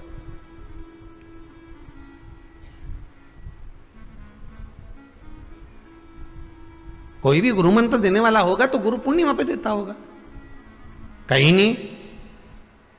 और महाराज जी होन तो 15-20 इकट्ठा हो जाए, सबके दे रहे और तुम तो दे ही नहीं। अरे तो बात दूसरी बात, गुरु पूर्णिमा पे गुरु मंत्र लेने का समय होवे, जैसे हर कभी रोज रोज पूरण पोली बना के खाओ, रोज रोज भजिया बना के खाओ, रोज रोज गुलाब जामुन बना के खाओ, रोज रोज तुम प्रतिदिन बाजार से एक केक खरीद के लाओ और चाकू से काट काट के खाओ, ने हैप्पी बर्थडे ने टू यू, तो वो केक खाने में मजा आए क्या? अरे बोलो तो जम के। होली का गाना, होली का गीत, होली के गीत तुम बाकी के समय पर सुन के बताओ, अच्छे नहीं लगेंगे, पर होली का जब समय आएगा तो होली के गीत अच्छे लगेंगे। राखी का समय आएगा तो भैया मेरे राखी का बंधन के निभाजे तो गीत अच्छा लगे, और जैसी राखी समाप्त हुई तो कोई गीत अच्छा लगे। जन्माष्टमी आई तो भगवान कृष्ण के जन्म के गीत अच्छे लगते हैं, रामनवमी आई तो राम जी के जन्मोत्सव के गीत अच्छे लगते हैं, दिवाली आई तो दिवाली की आतिशबाजी अच्छी लगती है। समय होता है हर चीज का, गुरु मंत्र का भी एक समय, एक वृक्ष पर जो फल लगे हैं वो भी एक समय पर पनपते हैं, एक समय पर फलित होते हैं।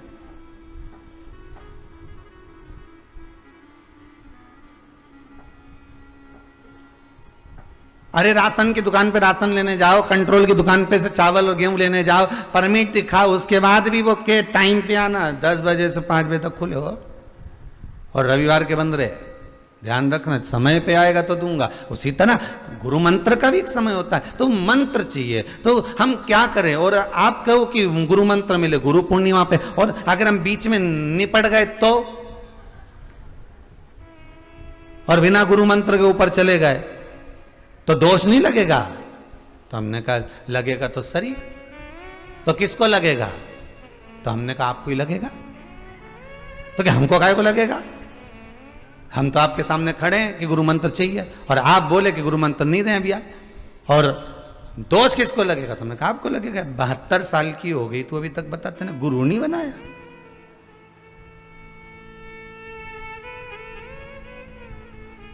गुरु जी पूछो ही मती तुम तो मेरी।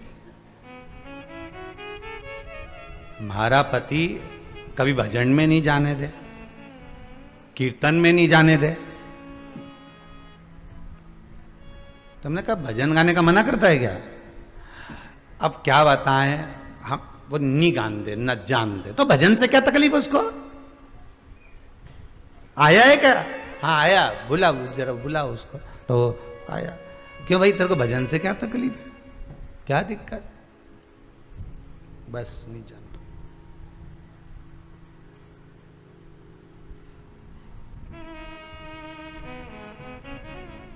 ठीक है, तुम तो ये के गुरु मंत्र दे दो ने जपती रहे। हमने कहा मां ये तुझे भजन में नहीं जाने देता ना, मत जा।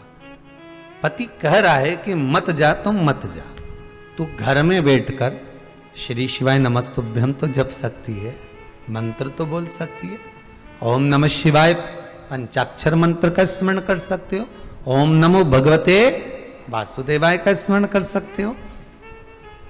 शंकर गुरु है और गुरु शिव है, शिव गुरु है। तो क्यों ना, अगर मंत्र नहीं भी है तो हम जप क्यों नहीं सकते? हम क्यों ना जपें उसको?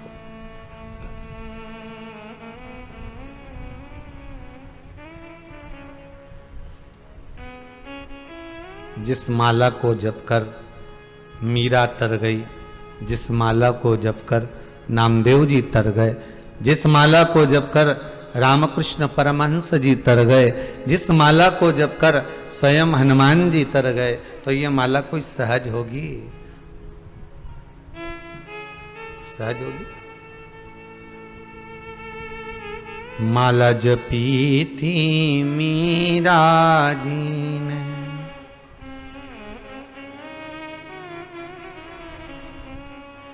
मुझे ला दो भजन की वही माला, मुझे ला दो भजन की वही माला। जिस माला को मीरा जपी थी, जिस माला को कर्मा जपी थी, मिल गए उनको नंद लाला, मुझे ला दो भजन की वही माला। जिस माला को मीरा ने, कर्मा ने, नामदेव ने, ध्रुव ने, प्रहलाद ने ना जाने कितनी बार जपा, और जपते जपते उन्हें भगवान मिल गए, तो वो माला मैं भी तो जपूं। भगवत स्मरण की वो माला मेरे को जपना है, नाम स्मरण की वो माला मैं जपूं, और नाम स्मरण में इतना डूब जाऊं कि भगवान मुझे मिल जाए। तो हमने कहा माता जी आपको अगर मंत्र लेना है तो उस मंत्र को तो आप समय पर लीजिए, पर एक मंत्र शंकर का जपते रहो, राम का, कृष्ण का, किसी का नाम जपते रहो। एक मंत्र के पीछे अगर आप पड़ गए, एक मंत्र को अगर जपते रहे, तो यह पक्का है कि तुम्हारे सुख में और तुम्हारे दुख में वो परमात्मा आकर खड़ा हो जाएगा। कोई आए ना आए पर वो जरूर आए।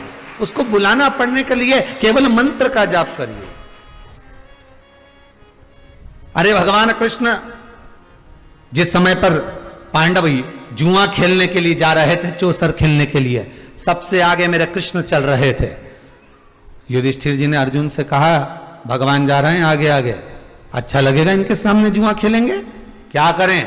कह दो भगवान से कि आप अंदर मत जाना।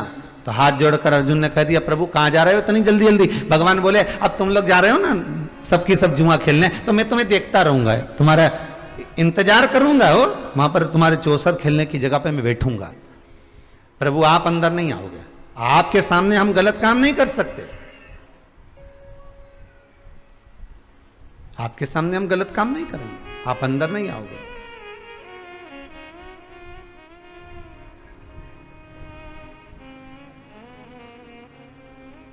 आप अंदर नहीं प्रवेश करोगे।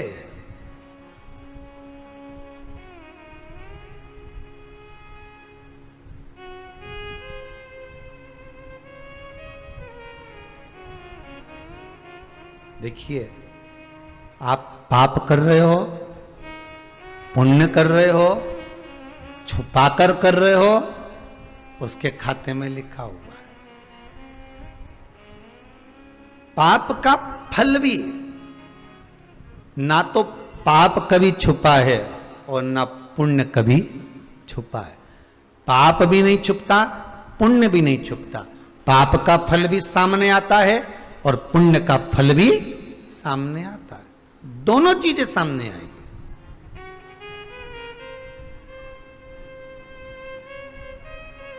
भले आप वो कहते हैं ना, वो एक वो मोबाइल में एक वो होता है, वो क्या डाल स्टेटस डालते हैं ना, ऐसा कुछ है ना, या मैसेज डालते हैं, और उसमें व्हाट्सएप पे कई लोगों ने ऐसा ऐसा फंक्शन जोड़ के रखा रहता है कि वो देख भी ले तो भी टिक नहीं आए, ठीक है, देख ही नहीं रहे।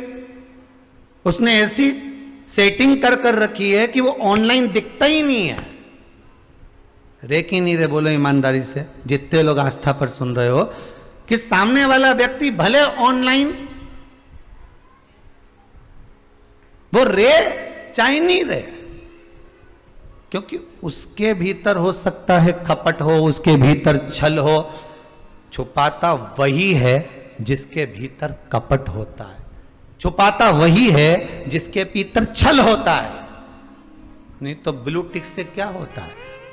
उसी तरह तुम पाप पुण्य कितना भी छुपा लो, पर मेरा भोलेनाथ तो 24 घंटा ऑनलाइन रहता है, 24 घंटा, हर पल हर घड़ी हर क्षण मेरे शंकर ऑनलाइन है, हर पल हर घड़ी हर क्षण।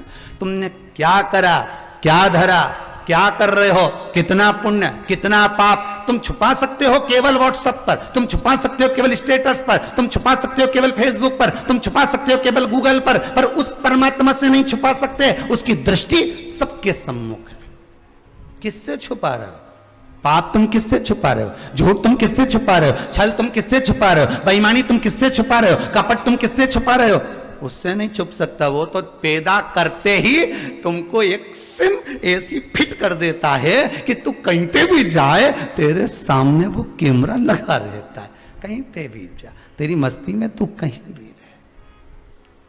जब हिसाब करता है नहीं ऊपर, तब ऐसा रो रोए जीव, इतना रोए, मैंने तो ये काम करिया ही नहीं, मैंने तो ये बोलिया ही नहीं। तो चित्रगुप्त महाराज बोले, ला रे जरा बस हेड के ला, तो वो कैमरा लगाया तो ला जरा दिखा इसको, करिया कि नहीं करिया अभी मालूम पड़े। तो तुम्हारे झूठ से तुम्हारे कपट से क्या हो? तुमने कितना पाप करा, कितना पुण्य करा, मालूम उसको है, तुम्हें कुछ नहीं मालूम। तुम तो करने के बाद भूल जाते हो, तुम तो कहने के बाद भूल जाते हो, पर वो हिसाब रखता है। तूने गाय को रोटी दिया, हिसाब उसके पास जुड़ा। तूने एकादशी के दिन भोजन कराया, उसका हिसाब जुड़ा। तूने पुण्य करा, तूने प्रदोष का व्रत रखा, दुनिया के लोग हिसाब रखे कि नहीं रखे पर मालूम नहीं। तुमने जन्म से लेकर अभी तक कितने सोमवार के व्रत करे, तुमने जन्म से अभी तक कितने गुरुवार के व्रत करे, तुमने जन्म से अभी तक कितने पशुपति व्रत करे, ये तुमको मालूम नहीं है। पर उसके पास में एक एक व्रत का हिसाब मिलेगा। इसने सोमवार का ये व्रत करा था, अच्छा ये सोमवार का व्रत करी थी, शंकर जी के मंदिर गई थी पूजन करने, तो वहां से गिलकी खरीद के लाई थी। भिंडी खरीद के लाई थी। जब ये मंदिर गई थी तो साथ में खाली झोला लेके गई थी कि मंदिर का मंदिर हो जाऊंगी और साथ में बाजार करके आ जाऊंगी। मतलब मंदिर तो इसका लक्ष्य था पर इसको बाजार घूमने जाना था। तो भगवान ने कहा पुण्य कैंसिल करो, क्योंकि मेरे लिए नहीं आई थी, ये तो भिंडी खरीदने आई थी। अब तुम तो कितनी समझदार, जूड़ा मुड़ा बांध के झोला लेके वहीं से जाऊंगी, दर्शन का दर्शन कर लूंगी, भगवान से विनती कर लूंगी और वहीं से सब्जी लेके घर आ जाऊंगी। अब तुमने ये चीज तो भगवान के मंदिर जाने की सोची, अब तुमने एक चीज और क्यों नहीं सोची कि शाम के रिसेप्शन में जाऊंगी, किटी पार्टी में जाऊंगी या उसके जन्मदिन पे जाऊंगी तो फिर मैं सब्जी खरीदती है जाऊंगी, तब ले जा झोला।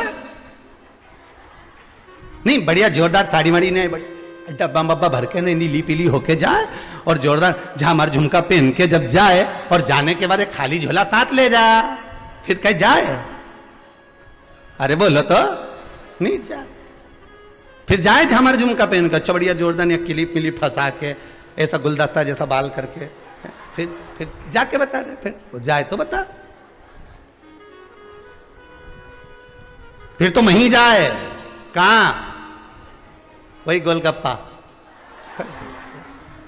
फिर वहीं जाए।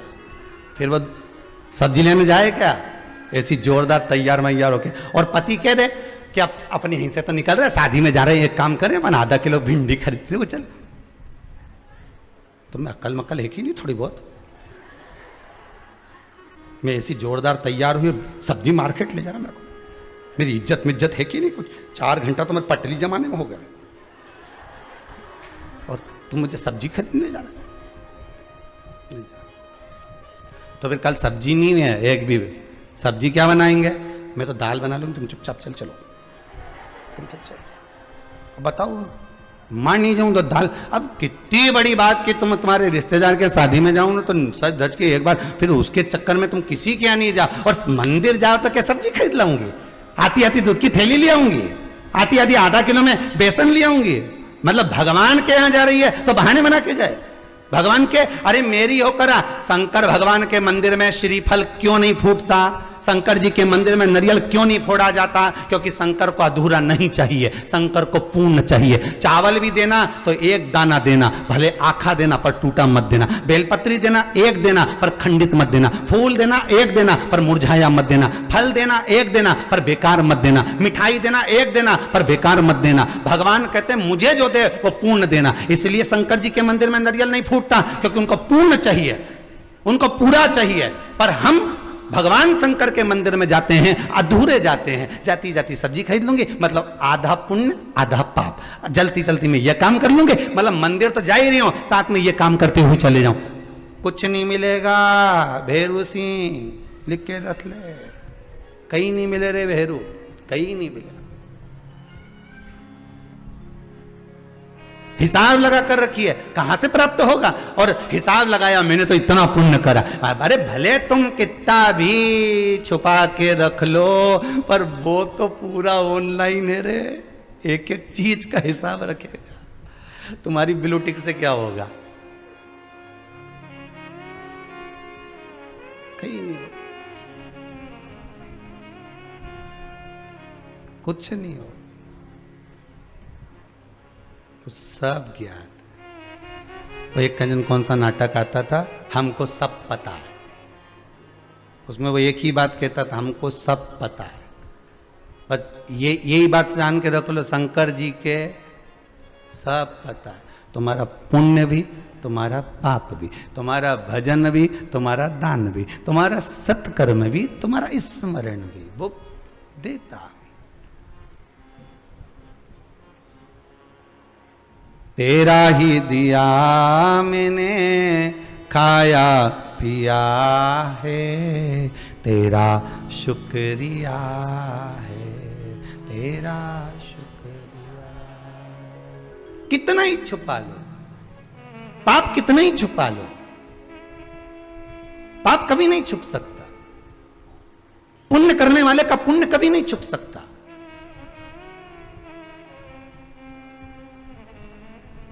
आप चुपचाप से भी अगर 2 रुपए दान करें, आपने गुप्त दान भी करा है, तो वो पुण्य भले आपने जगत से छुपा लिया पर उससे नहीं छुप सकता, उसका तुम्हें पुण्य का भाग मिलेगा।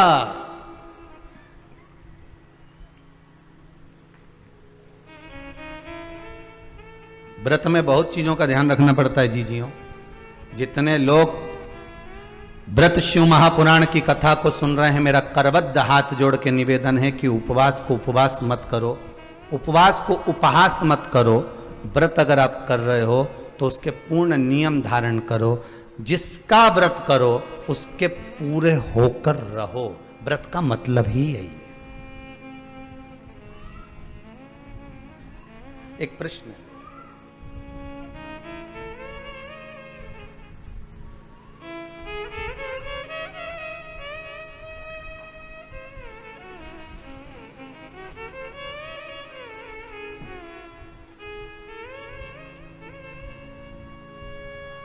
सोमवार के दिन जन्माष्टमी है और उसी दिन हमारा पशुपतिनाथ का आखिरी व्रत है। हम तो बीच में अटक गए, क्या करें? अब तुम्हारी मर्जी, मैं चाहे ये करूं, मैं चाहे वो करूं, मर्जी तुम्हारी है। प्रश्न है, और यह प्रश्न केवल एक का नहीं होगा, ना जाने कितनों का होगा कि मैं पशुपति व्रत भी कर रही हूं और जन्माष्टमी।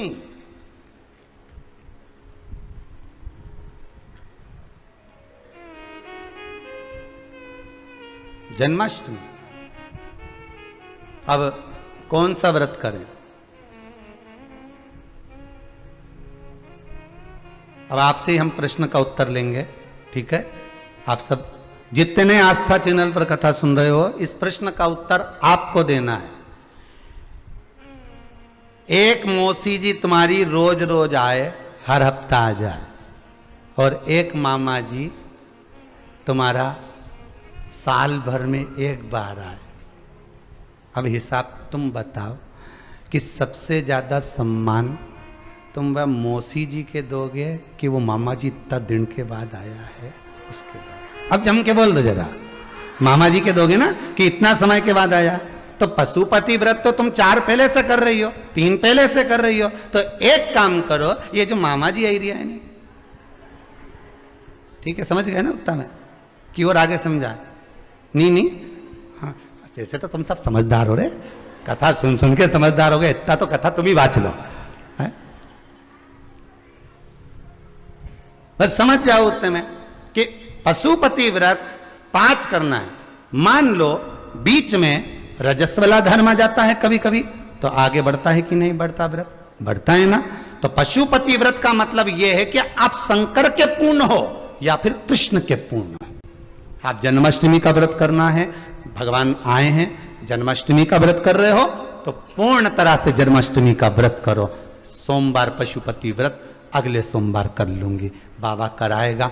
हो सकता है जिस कामना से तुम पशुपति व्रत उठाई थी वो कामना पूरी होने में थोड़ा समय लग रहा होगा, तो भगवान ने कहा थोड़ा रुक जा, एक व्रत और आगे बढ़ा ले। ये भगवान करा रहा है, नहीं तो भगवान को क्या पड़ी थी नहीं सोमवार के जन्माष्टमी कराने की? रविवार के नहीं करा देता। हर चीज में अच्छा सोचो, गलत तो अपने सोचना ही नहीं।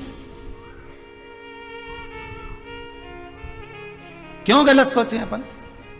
कोई बुराई भी करे ना अपनी, कोई निंदा भी करे, कोई कितना भी गलत बोले, गालियों पर गालियां दे, अपशब्द पर अपशब्द देते, ताने पर ताने दे, बुराई पर बुराई करे, निंदा पर निंदा करे, कितना ही करे, अपने ही खाए और अपने कोई गालियां दे, अपने कोई अपशब्द दे, तो भी तुम्हारे मुख से अपशब्द नहीं निकलना चाहिए। तो भी कहो भगवान ने गजब करा, इसको पैदा कर कर मेरे पास भेज दिया। ये बड़ी कृपा भगवान की हुई, जो कम से कम मुझे कोई तो मिला ताने देने वाला, मुझे कोई तो मिला अपशब्द कहने वाला। जब मैं छोटी थी, जब मैं छोटा था, तब दुनिया के लोग माता पिता भी 2 मार कर चले जाते थे, अपशब्द कह देते, तब कोई कहता ही नहीं है, कम से कम ये तो मिला है। उसमें अच्छा ढूंढ लो, उसमें श्रेष्ठ ढूंढ लो। व्रत करो तो श्रेष्ठता से करो, पूर्ण समर्पित होकर। शंकर भगवान को पूरा नारियल चढ़ता है, टूटा हुआ नहीं, फूटा हुआ नहीं, पूर्ण चढ़ता है शंकर भगवान को, कि पूर्ण दिया, अधूरा नहीं। फल भी दिया तो पूर्ण दिया, अधूरा नहीं। शिव को फल भी टुकड़े होकर नहीं चढ़ते, शंकर को पूर्ण फल चढ़ता है, पूर्ण।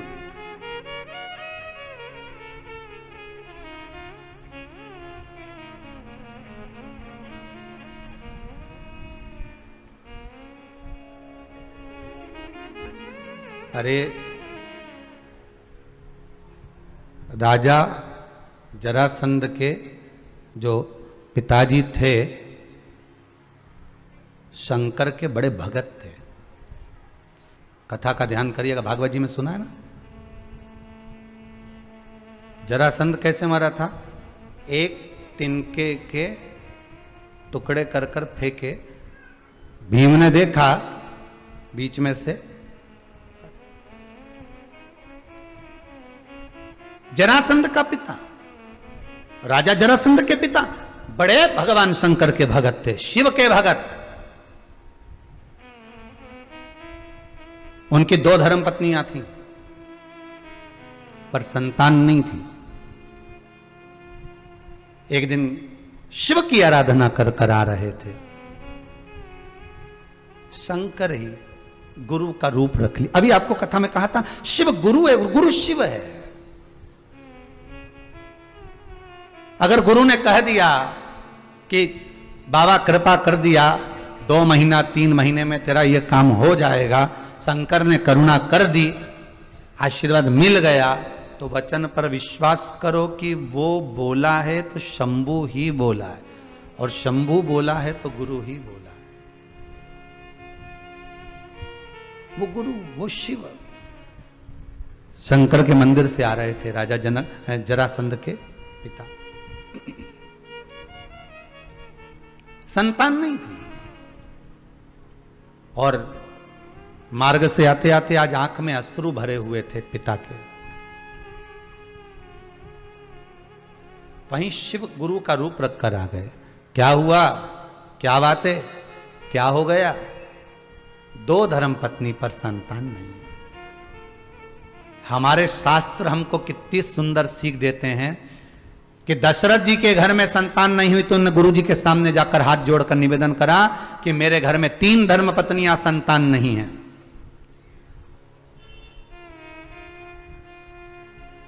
नंद बाबा के यहां संतान नहीं तो उन्होंने श्रावणी करने पधारे ब्राह्मणों से निवेदन करा, संतों से निवेदन करा कि मेरे घर में संतान नहीं है।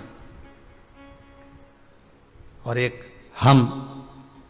हमारे संतान नहीं, या कोई तकलीफ है, या कोई कष्ट है, या कोई बीमारी है, या कोई रोग है, तो हम गुरु से नहीं कहते, हम गुरु के पास जाकर नहीं कहते। हम तो सबसे पहले ये जो ढोंग करने वाले होते हैं, प्रपंच करने वाले होते हैं, ये जो तुम्हें लूटने वाले होते हैं कि आओ और देकर जाओ, जो तुम्हें लूटते रहते हैं दिन रात, मैं तेरे को ये बनाकर दे दूंगा, मैं तेरे को ये डोरा दे दूंगा, मैं तेरे को भभूति दे दूंगा, मैं तेरे को ये प्रदान कर दूंगा, तुम बस ले जाना, फेंक देना, ऐसा हो जाएगा।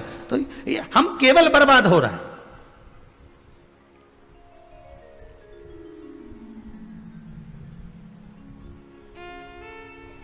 हम भरोसा नहीं रख पाए भगवान पर। एक बार गुरु के सम्मुख में, एक बार परमात्मा के सम्मुख में, एक बार मेरे ओघड़ी दानी मेरे शंकर के सामने जाकर कहो तो जरासंध के पिता जब लौट कर आ रहे थे, शिव सामने आकर पूछ ले क्यों, क्या बात है, तुम मंदिर से आ जा रहे हो? मंदिर जाते समय और मंदिर से आते समय आंखों में अश्रु नहीं होना चाहिए। भगवान को तकलीफ होती है कि ये मेरे पास आकर रो रहा है, इसको क्या हो गया, इसका दुख कटा, तब तो ये मंदिर आया है। व्यक्ति गुरु के दरवाजे, मंदिर की चौखट पर या परमात्मा के दर्शन करने तब पहुंचता है, किसी अच्छी जगह पर, भगवत भजन की जगह पर तब पहुंचता है। शिव महापुराण में, राम कथा में, भागवत कथा में व्यक्ति तब पहुंचता है जब उसका दुख भगवान काटना प्रारंभ कर देता है कि अब इसका दुख कटना प्रारंभ हो गया। अगर मंदिर जा रहे हो, देवालय जा रहे हो, कथा में जा रहे हो, सत्संग में जा रहे हो, भगवान की कथा में पहुंच रहे हो, तो समझ लेना कि भगवान ने अब तेरा दुख काटना प्रारंभ कर दिया।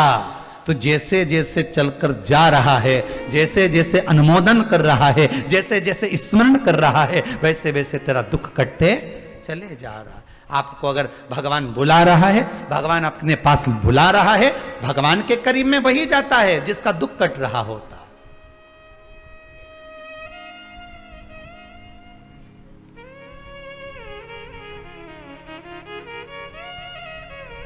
कहाँ दिल्ली, कहाँ मुंबई, कहाँ पूना, कहाँ गुजरात, कहाँ महाराष्ट्र, कहाँ राजस्थान, कहाँ कहाँ से लोग स्मरण करते हैं कि हम उज्जैनी जा रहे हैं, हम महाकालेश्वर जा रहे हैं, हम ओमकारेश्वर जा रहे हैं, हम कुबेरेश्वर जा रहे हैं। कितना स्मरण करते हैं लोग। कब जाता है व्यक्ति? जब उसका दुख कटना प्रारंभ हो जाता।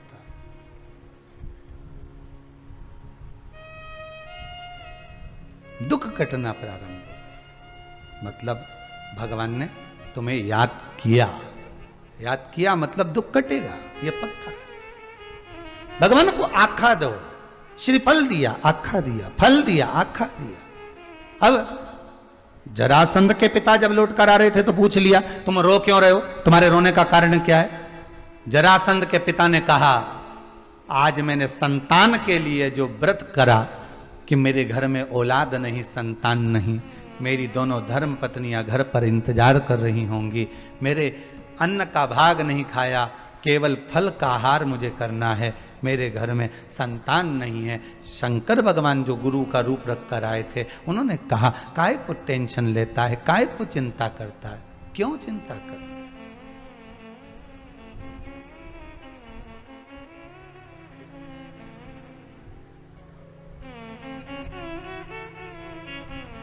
ना कोई चिंता, ना कोई टेंशन, भोले के नाम में बस एक है मेंशन। शिव जो कर रहा है ये टेंशन को मिटाने का काम कर रहा है।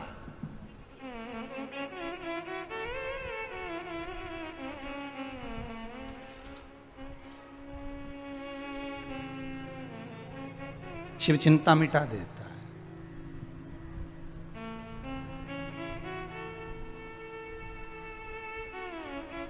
क्यों चिंता करते हो? किस लिए कर रहे हो? क्या हो गया ऐसा जो रो रहे हो? कहा संतान नहीं है, इतनी सी बात, बस इतनी सी बात। शंकर कहने लगे, तूने व्रत रखा है ना, व्रत रखा है तूने, तो व्रत रखा है तो फिर या तो व्रत रखने वाला व्यक्ति पहली बार जब व्रत रखे, पहला व्रत रखे, तो भगवान से निवेदन कर दे कि मैंने व्रत इसलिए करा, मेरा व्रत मैं कर इसलिए रही हूं, मैं पशुपति व्रत इसलिए कर रही हूं कि मेरा बेटा सीए में पास हो जाए, मैंने पशुपति व्रत इसलिए करा कि मेरी बेटी का घर संवर जाए, मैंने पशुपति व्रत इसलिए करा कि बाबा मेरी विनती को स्वीकार कर लो। विनय तो करो बाबा से। मैंने सोमवार व्रत करा, मैंने मंगलवार व्रत करा, मैंने गुरुवार व्रत करा, मैंने शुक्रवार, मैंने शनिवार, मैंने ये सारे व्रत करे आपने, तो बाबा से निवेदन तो करो। बस अब मत रो। अब क्यों रो रहे हो? कितना सुंदर कहा है कि जरासंध के पिता से शंकर गुरु का रूप रखकर करे कि अब क्यों रो रहा है, किस लिए? भगवान के सामने पहुंच गए ना आप, भगवान ने बुला लिया ना आपको, मंदिर पहुंच गए ना आप, गुरु के दरवाजे पहुंच गए ना आप, महाकाल राजा की नगरी में, कुबेरेश्वर धाम में, ओमकारेश्वर धाम में, भीमा शंकर में, परली बैजनाथ में, केदारेश्वर में, रामेश्वरम में, मल्लिकार्जुन में, जब आप किसी भगवान के धाम में पहुंच गए, फिर आंसू क्यों, फिर क्यों रो रहे हो? उसने बुलाया है, खाली नहीं जाने देता। एक हम सहज भाषा में कहें आपको, इससे भी सरल भाषा में आपको अगर समझ में आ जाए, गाय जब वो पोटा करती है ना, गाय जब गोबर करती है, गोबर जब जमीन पर गिरता है ना, उठाते हैं ना, तो उसमें धूल लग जाती है, उसमें मिट्टी लग जाती है।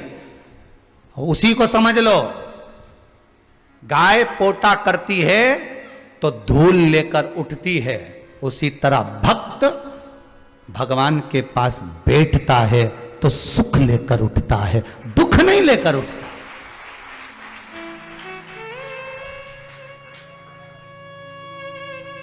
सतगुरु के पास जाकर गुरु के चरणों में पहुंचकर, तीर्थ में पहुंचकर, भगवान की चौखट पर पहुंचकर आप दुख लेकर नहीं जाओगे, आप सुख लेकर जाओगे।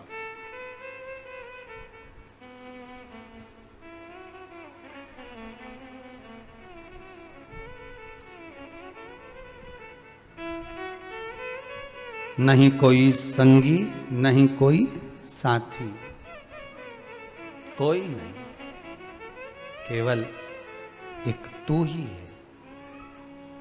आप अगर आकर गिरे हो, आप आकर अगर बैठे हो, आप आकर अगर भगवान की चौखट पर पहुंचे हो, आप अगर उसके सामने दंडवत कर रहे हो, प्रणाम कर रहे हो, उससे विनती कर रहे हो, आस्था चैनल के सामने, टीवी के भी सामने बैठे हो, मोबाइल पर भी अगर कथा सुन रहे हो, फेसबुक यूट्यूब पर भी कथा श्रवण कर रहे हो, तो आप इस दिल से नमन करना उस शंभु को, उस कुबेरेश्वर धाम को, मेरे बाबा देवाधिदेव महादेव को, कि तेरे बल पर इस कथा को सुन रहा हूं, इतना विश्वास रखकर कथा सुन रहा हूं। रोज सियोर वाला महाराज कहता है शंकर पर भरोसा रखो। बाबा मैं इतनी दूर नहीं जा सकती, पर अरदास तो कर सकती हूँ, नमन तो कर सकती हूँ, तुझे कह तो सकती हूँ, तुझे बोल तो सकती हूँ कि तू अब मेरी विनती को स्वीकार कर लेना।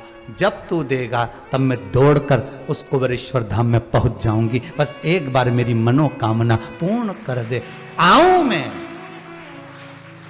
आऊं। आज एक कोई माता जी आई थी मिठाई का डब्बा लेकर, कह रही थी गुरुदेव जिस कार्य के लिए मैं पहले आई थी मेरा वो कार्य हो गया, अब काय के लिए आई हूं? कहाँ? जबलपुर से थी शायद, बैठी होगी कहीं ना कहीं। कहाँ? हाँ ये कहाँ से आई हो? जबलपुर से। जिस कार्य के लिए आई थी मेरा कार्य पूर्ण हो गया, अब केवल आई हूं तो केवल कथा लेने के लिए आई हूं, मुझे कथा चाहिए। ये बाबा की कृपा है। बैठो बहन बैठो। ये बाबा कृपा करने वाला, औघड़ी, दयालु, दातार, करुणा सागर है। वो सहज नहीं है महाराज, देने वाला वो दे रहा। विश्वास है तो मेरा शंभु है, विश्वास नहीं तो शंभु भी है। मानो तो मैं गंगा माहूं, ना मानो तो बहता। आप तो टीवी के सामने भी बैठे हो ना भाई, आप तो मोबाइल पर भी कथा सुन रहे हो ना मेरी बहनों, मेरे भाई। जितने लोग दिल से कथा सुन रहे हो ना, अपना जानकर, शंकर को अपना मानकर कथा सुन रहे हो ना, दिल से अगर सुन रहे हो ना, तो मोबाइल पर, टीवी पर वो आपकी मुराद, क्योंकि कहीं पर भी बैठकर नाम जपो, खबर उसको पहुंच जाती है। ये गुजराती व्यक्ति गुजराती भाषा में बोलता है, मराठी व्यक्ति, जम के तो बोलो, मराठी भाषा में बोलता है, तमिल का तमिल में बोलेगा, साउथ का साउथ की भाषा में बोलेगा, सब अपनी अपनी भाषा में बोल रहे हैं। तो क्या भगवान, विचार तो करो कितना पढ़ा लिखा होगा। तुम तो 2-4 जगह की भाषा ही नहीं जानते होगे, जानते भी होगे तो 2-4-8 जगह की जानोगे, 10 जगह की जानोगे, पर कितनी भाषा, कितनी। चींटी भी बोल रही है तो वो सुन रहा है, चींटा भी बोल रहा है तो वो सुन रहा है, हाथी भी बोल रहा है, हाथी चिल्लाया, आवाज लगाई तो भगवान गरुण लेकर पधारे। बोलो सही है कि गलत है? हाथी भी बोल रहा है तो वो सुन रहा है, गरुण पक्षी बोल रहा है तो वो सुन रहा है, नंदी बोल रहा है तो वो सुन रहा है, हाथी बोले तो वो सुन रहा है, वो उसको सब भाषा आती है। आप कहीं पर भी जाकर किसी भी रूप में विनती करोगे वो स्वीकार कर लेगा, स्वीकार कर लेगा।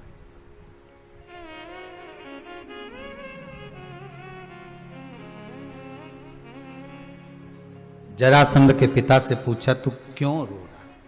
कहा संतान नहीं। बस इतनी सी बात, संतान नहीं, इतनी सी बात के लिए रो रहा है? हाँ, संतान नहीं है इसलिए रो रहा हूं। भगवान ने कहा चिंता मत कर। क्यों चिंता करता है? शंकर ने कहा ये आखा फल है, एक फल मैं तुझे दे रहा हूं। अब शिव को भी पूर्ण फल पसंद है तो भक्त को भी वो पूर्ण ही देता है, अब पूर्ण नहीं देगा। ये फल ले, इस फल को रात्रि होने से पहले तेरी धर्म पत्नी के पास भेज दे, वो खाएगी, गर्भ ठेर जाएगा।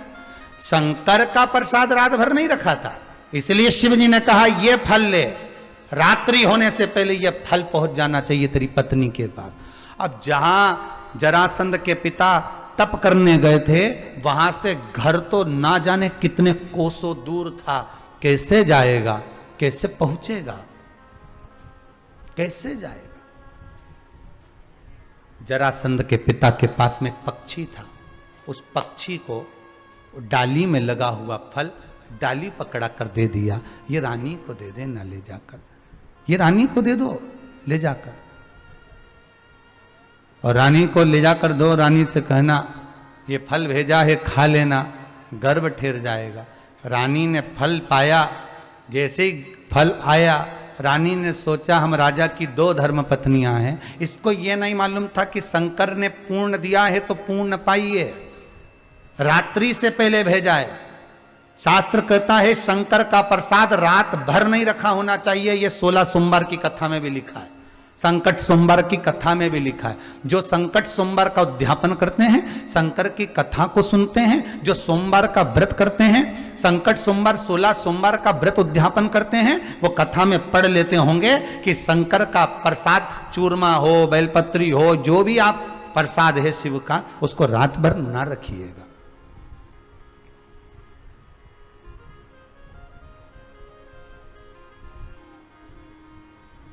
केवल शिव महापुराण की बेलपत्र, वो भी विराम के दिन की। कौन से दिन की? समापन के दिन की। वो जब मिलती है तो वो भले तुम जिंदगी भर लाल वस्त्र में रखो, वो संपदा बढ़ाती है। ये शिव महापुराण में वर्णित है, वो है संपदा। तुम रुका जी के शंकर भगवान से क्या कहा था तुम रुका जी ने कि आप कुछ देना चाहते हैं तो अपने मस्तक पर चढ़ी हुई बेलपत्र इस शिव पोथी को दे दो। ये शिव पोथी की बेलपत्र संपूर्ण जगत का कल्याण करेगा, संपूर्ण जगत का कल्याण।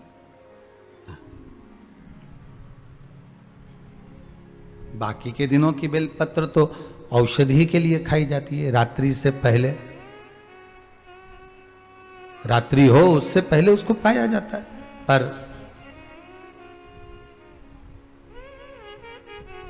प्रसाद रात भर नहीं रखना। शिव महापुराण का, शंकर का, शंकर के अनुमोदन का, शिव के स्मरण का, शंकर मंदिर का, आप पाना है तो वहीं पर पा लीजिए, दे वो लाओ दे दीजिए।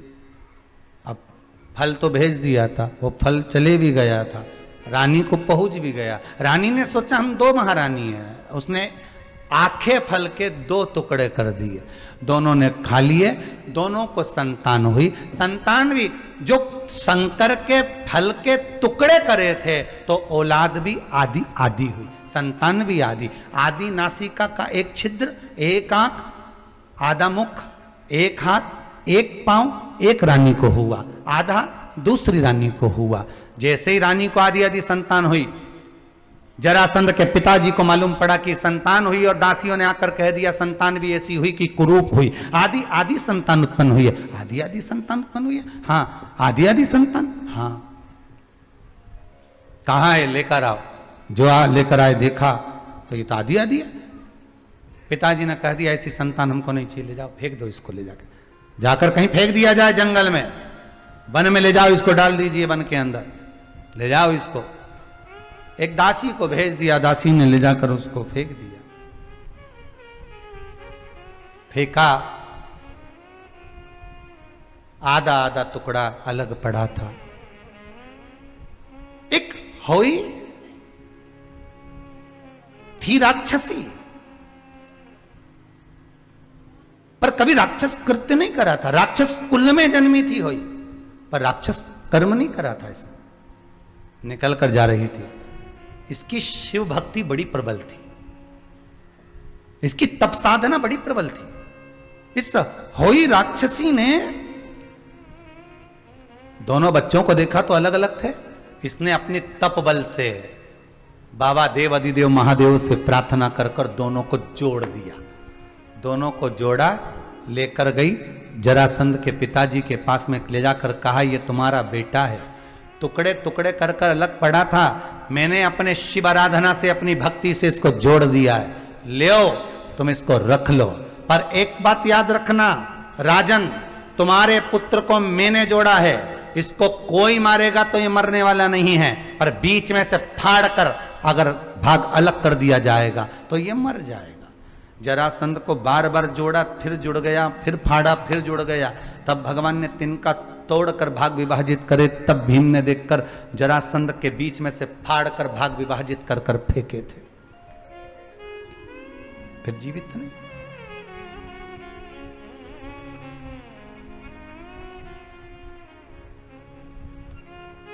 जरासंध के पिताजी ने उस होई का सम्मान करा, सत्कार करा, पूजन करा। वही होई मरे हुए पुत्रों को जीवित करने लगी, इसलिए वो होई माता हो गई, अहोई अष्टमी हो गई, जिसका व्रत माताएं करती हैं। अहोई अष्टमी का माताएं भी व्रत धारण करती हैं, अहोई अष्टमी का, फिर वो अहोई अष्टमी हो गई। उसका व्रत माताएं धारण करने लगी, उसका पूजन, व्रत, साधना, तप करने लगी।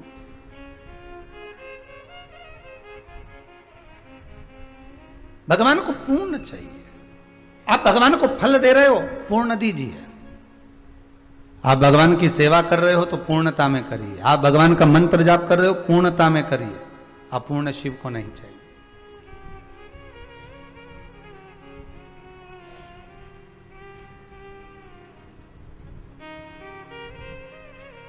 पूर्ण चाहिए। और जब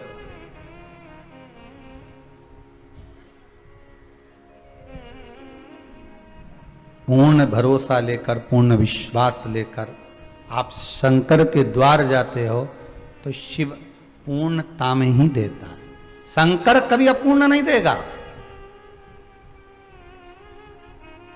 शिव अपूर्णता कभी नहीं देता। एक किसी माताजी ने एक प्रश्न किया था कि हमारे यहां कोई कह रहा था कि जब नारी गर्भ से रहती है तो उसको शंकर जी का पूजन नहीं करना चाहिए। तो उन माताजी से हमने लिखकर भेजा था कि हमको ये जरूर बता देना कि कौन से शास्त्र में कहां लिखा हुआ है कि शिव की आराधना ना करें। गर्भस्थ नारी भी शंकर की आराधना कर सकती है। शिव की आराधना में कोई कमी नहीं। शिव की भक्ति में कोई कमी ना रहे। साहब, शिव महापुराण तो यहां तक कहती है कि कोई बड़ी से बड़ी बीमारी हो गई, डॉक्टर अपना काम करे, औषधि दे, दवाई दे, गोली दे, वो अपनी जगह पर है। पर तुमको अगर रोग हो गया, तुम पलंग से उठ भी नहीं सकते, तो भी पड़े पड़े ही जप लो श्री शिवाय नमस्तु। पड़े पड़े जप लो ओम नमः शिवाय। पड़े पड़े जप।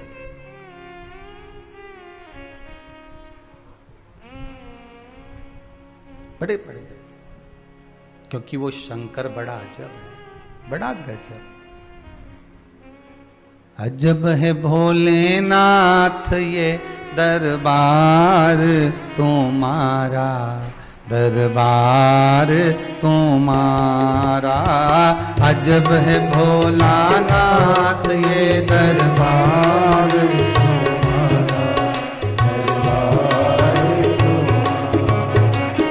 अजब है भोलानाथ ये दरबार तुम्हारा, दरबार तुम्हारा।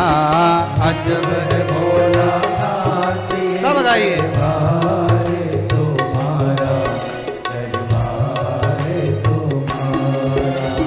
भूत प्रेत नित करे चाकरी, सबका यही गुजारा।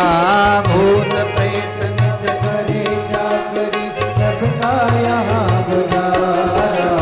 अजब है भोलानाथ ये दरबार तुम्हारा, दरबार तुम्हारा। अजब है भोलानाथ ये दरबार तुम्हारा, दरबार तुम्हारा।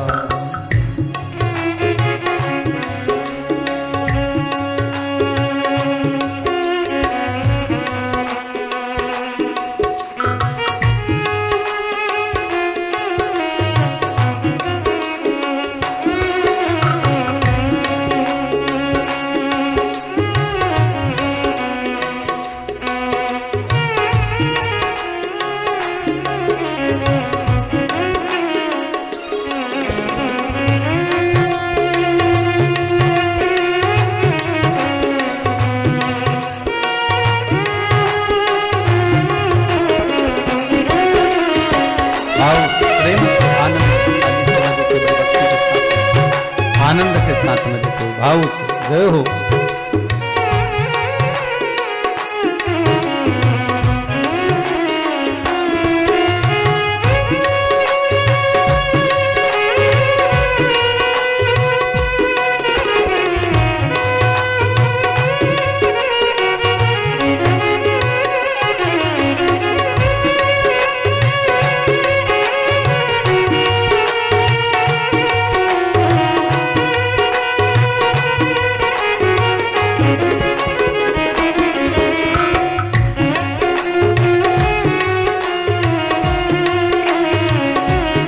शंभो हे शंकर हे त्रिकालदर्शी।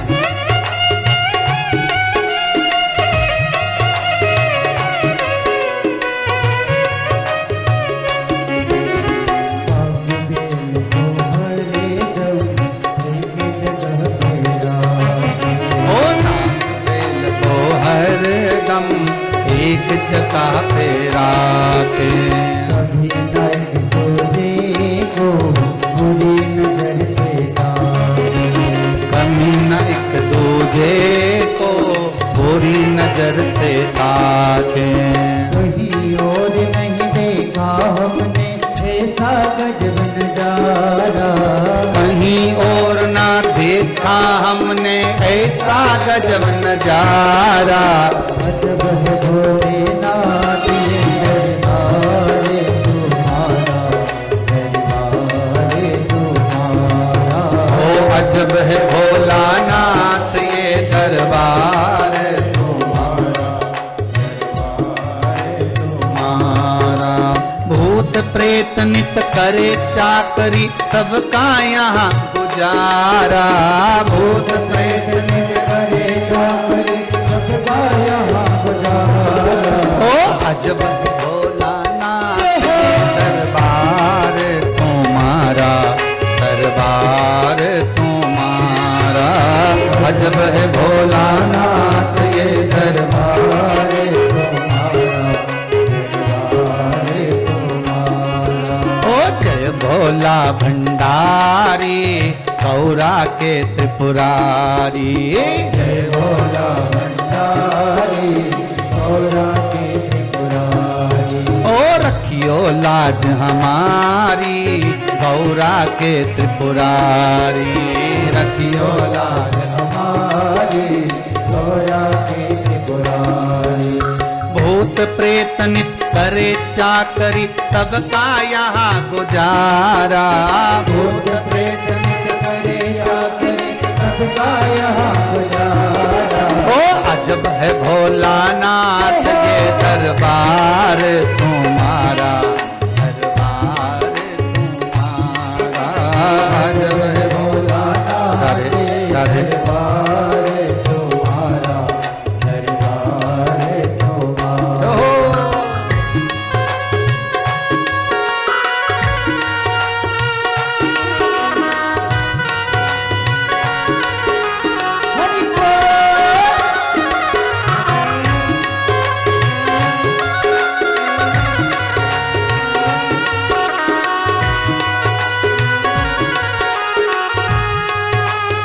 बड़े प्रेम से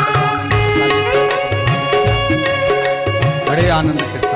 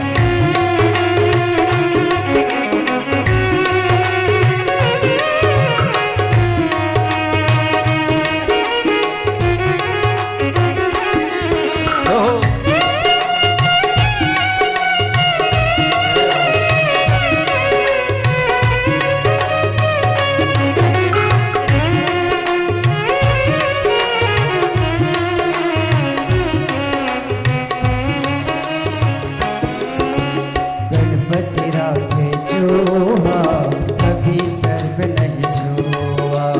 गणपति राखे चूहा, सर्प कभी नहीं छुआ। भोले सर्व लटकाए, कार्तिक मोर न जाए।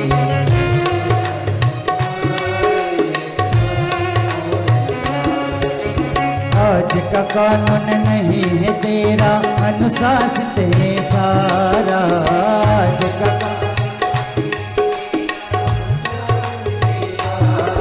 ओ अजब है भोलानाथ ये दरबार तुम्हारा, दरबार तुम्हारा।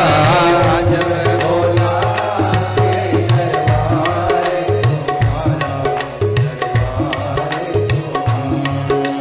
भूत प्रेत तन चाकरी सबका यहाँ गुजारा, भूत प्रेत नित करे चाकरी सबका यहाँ गुजारा। ओ अजब है भोलानाथ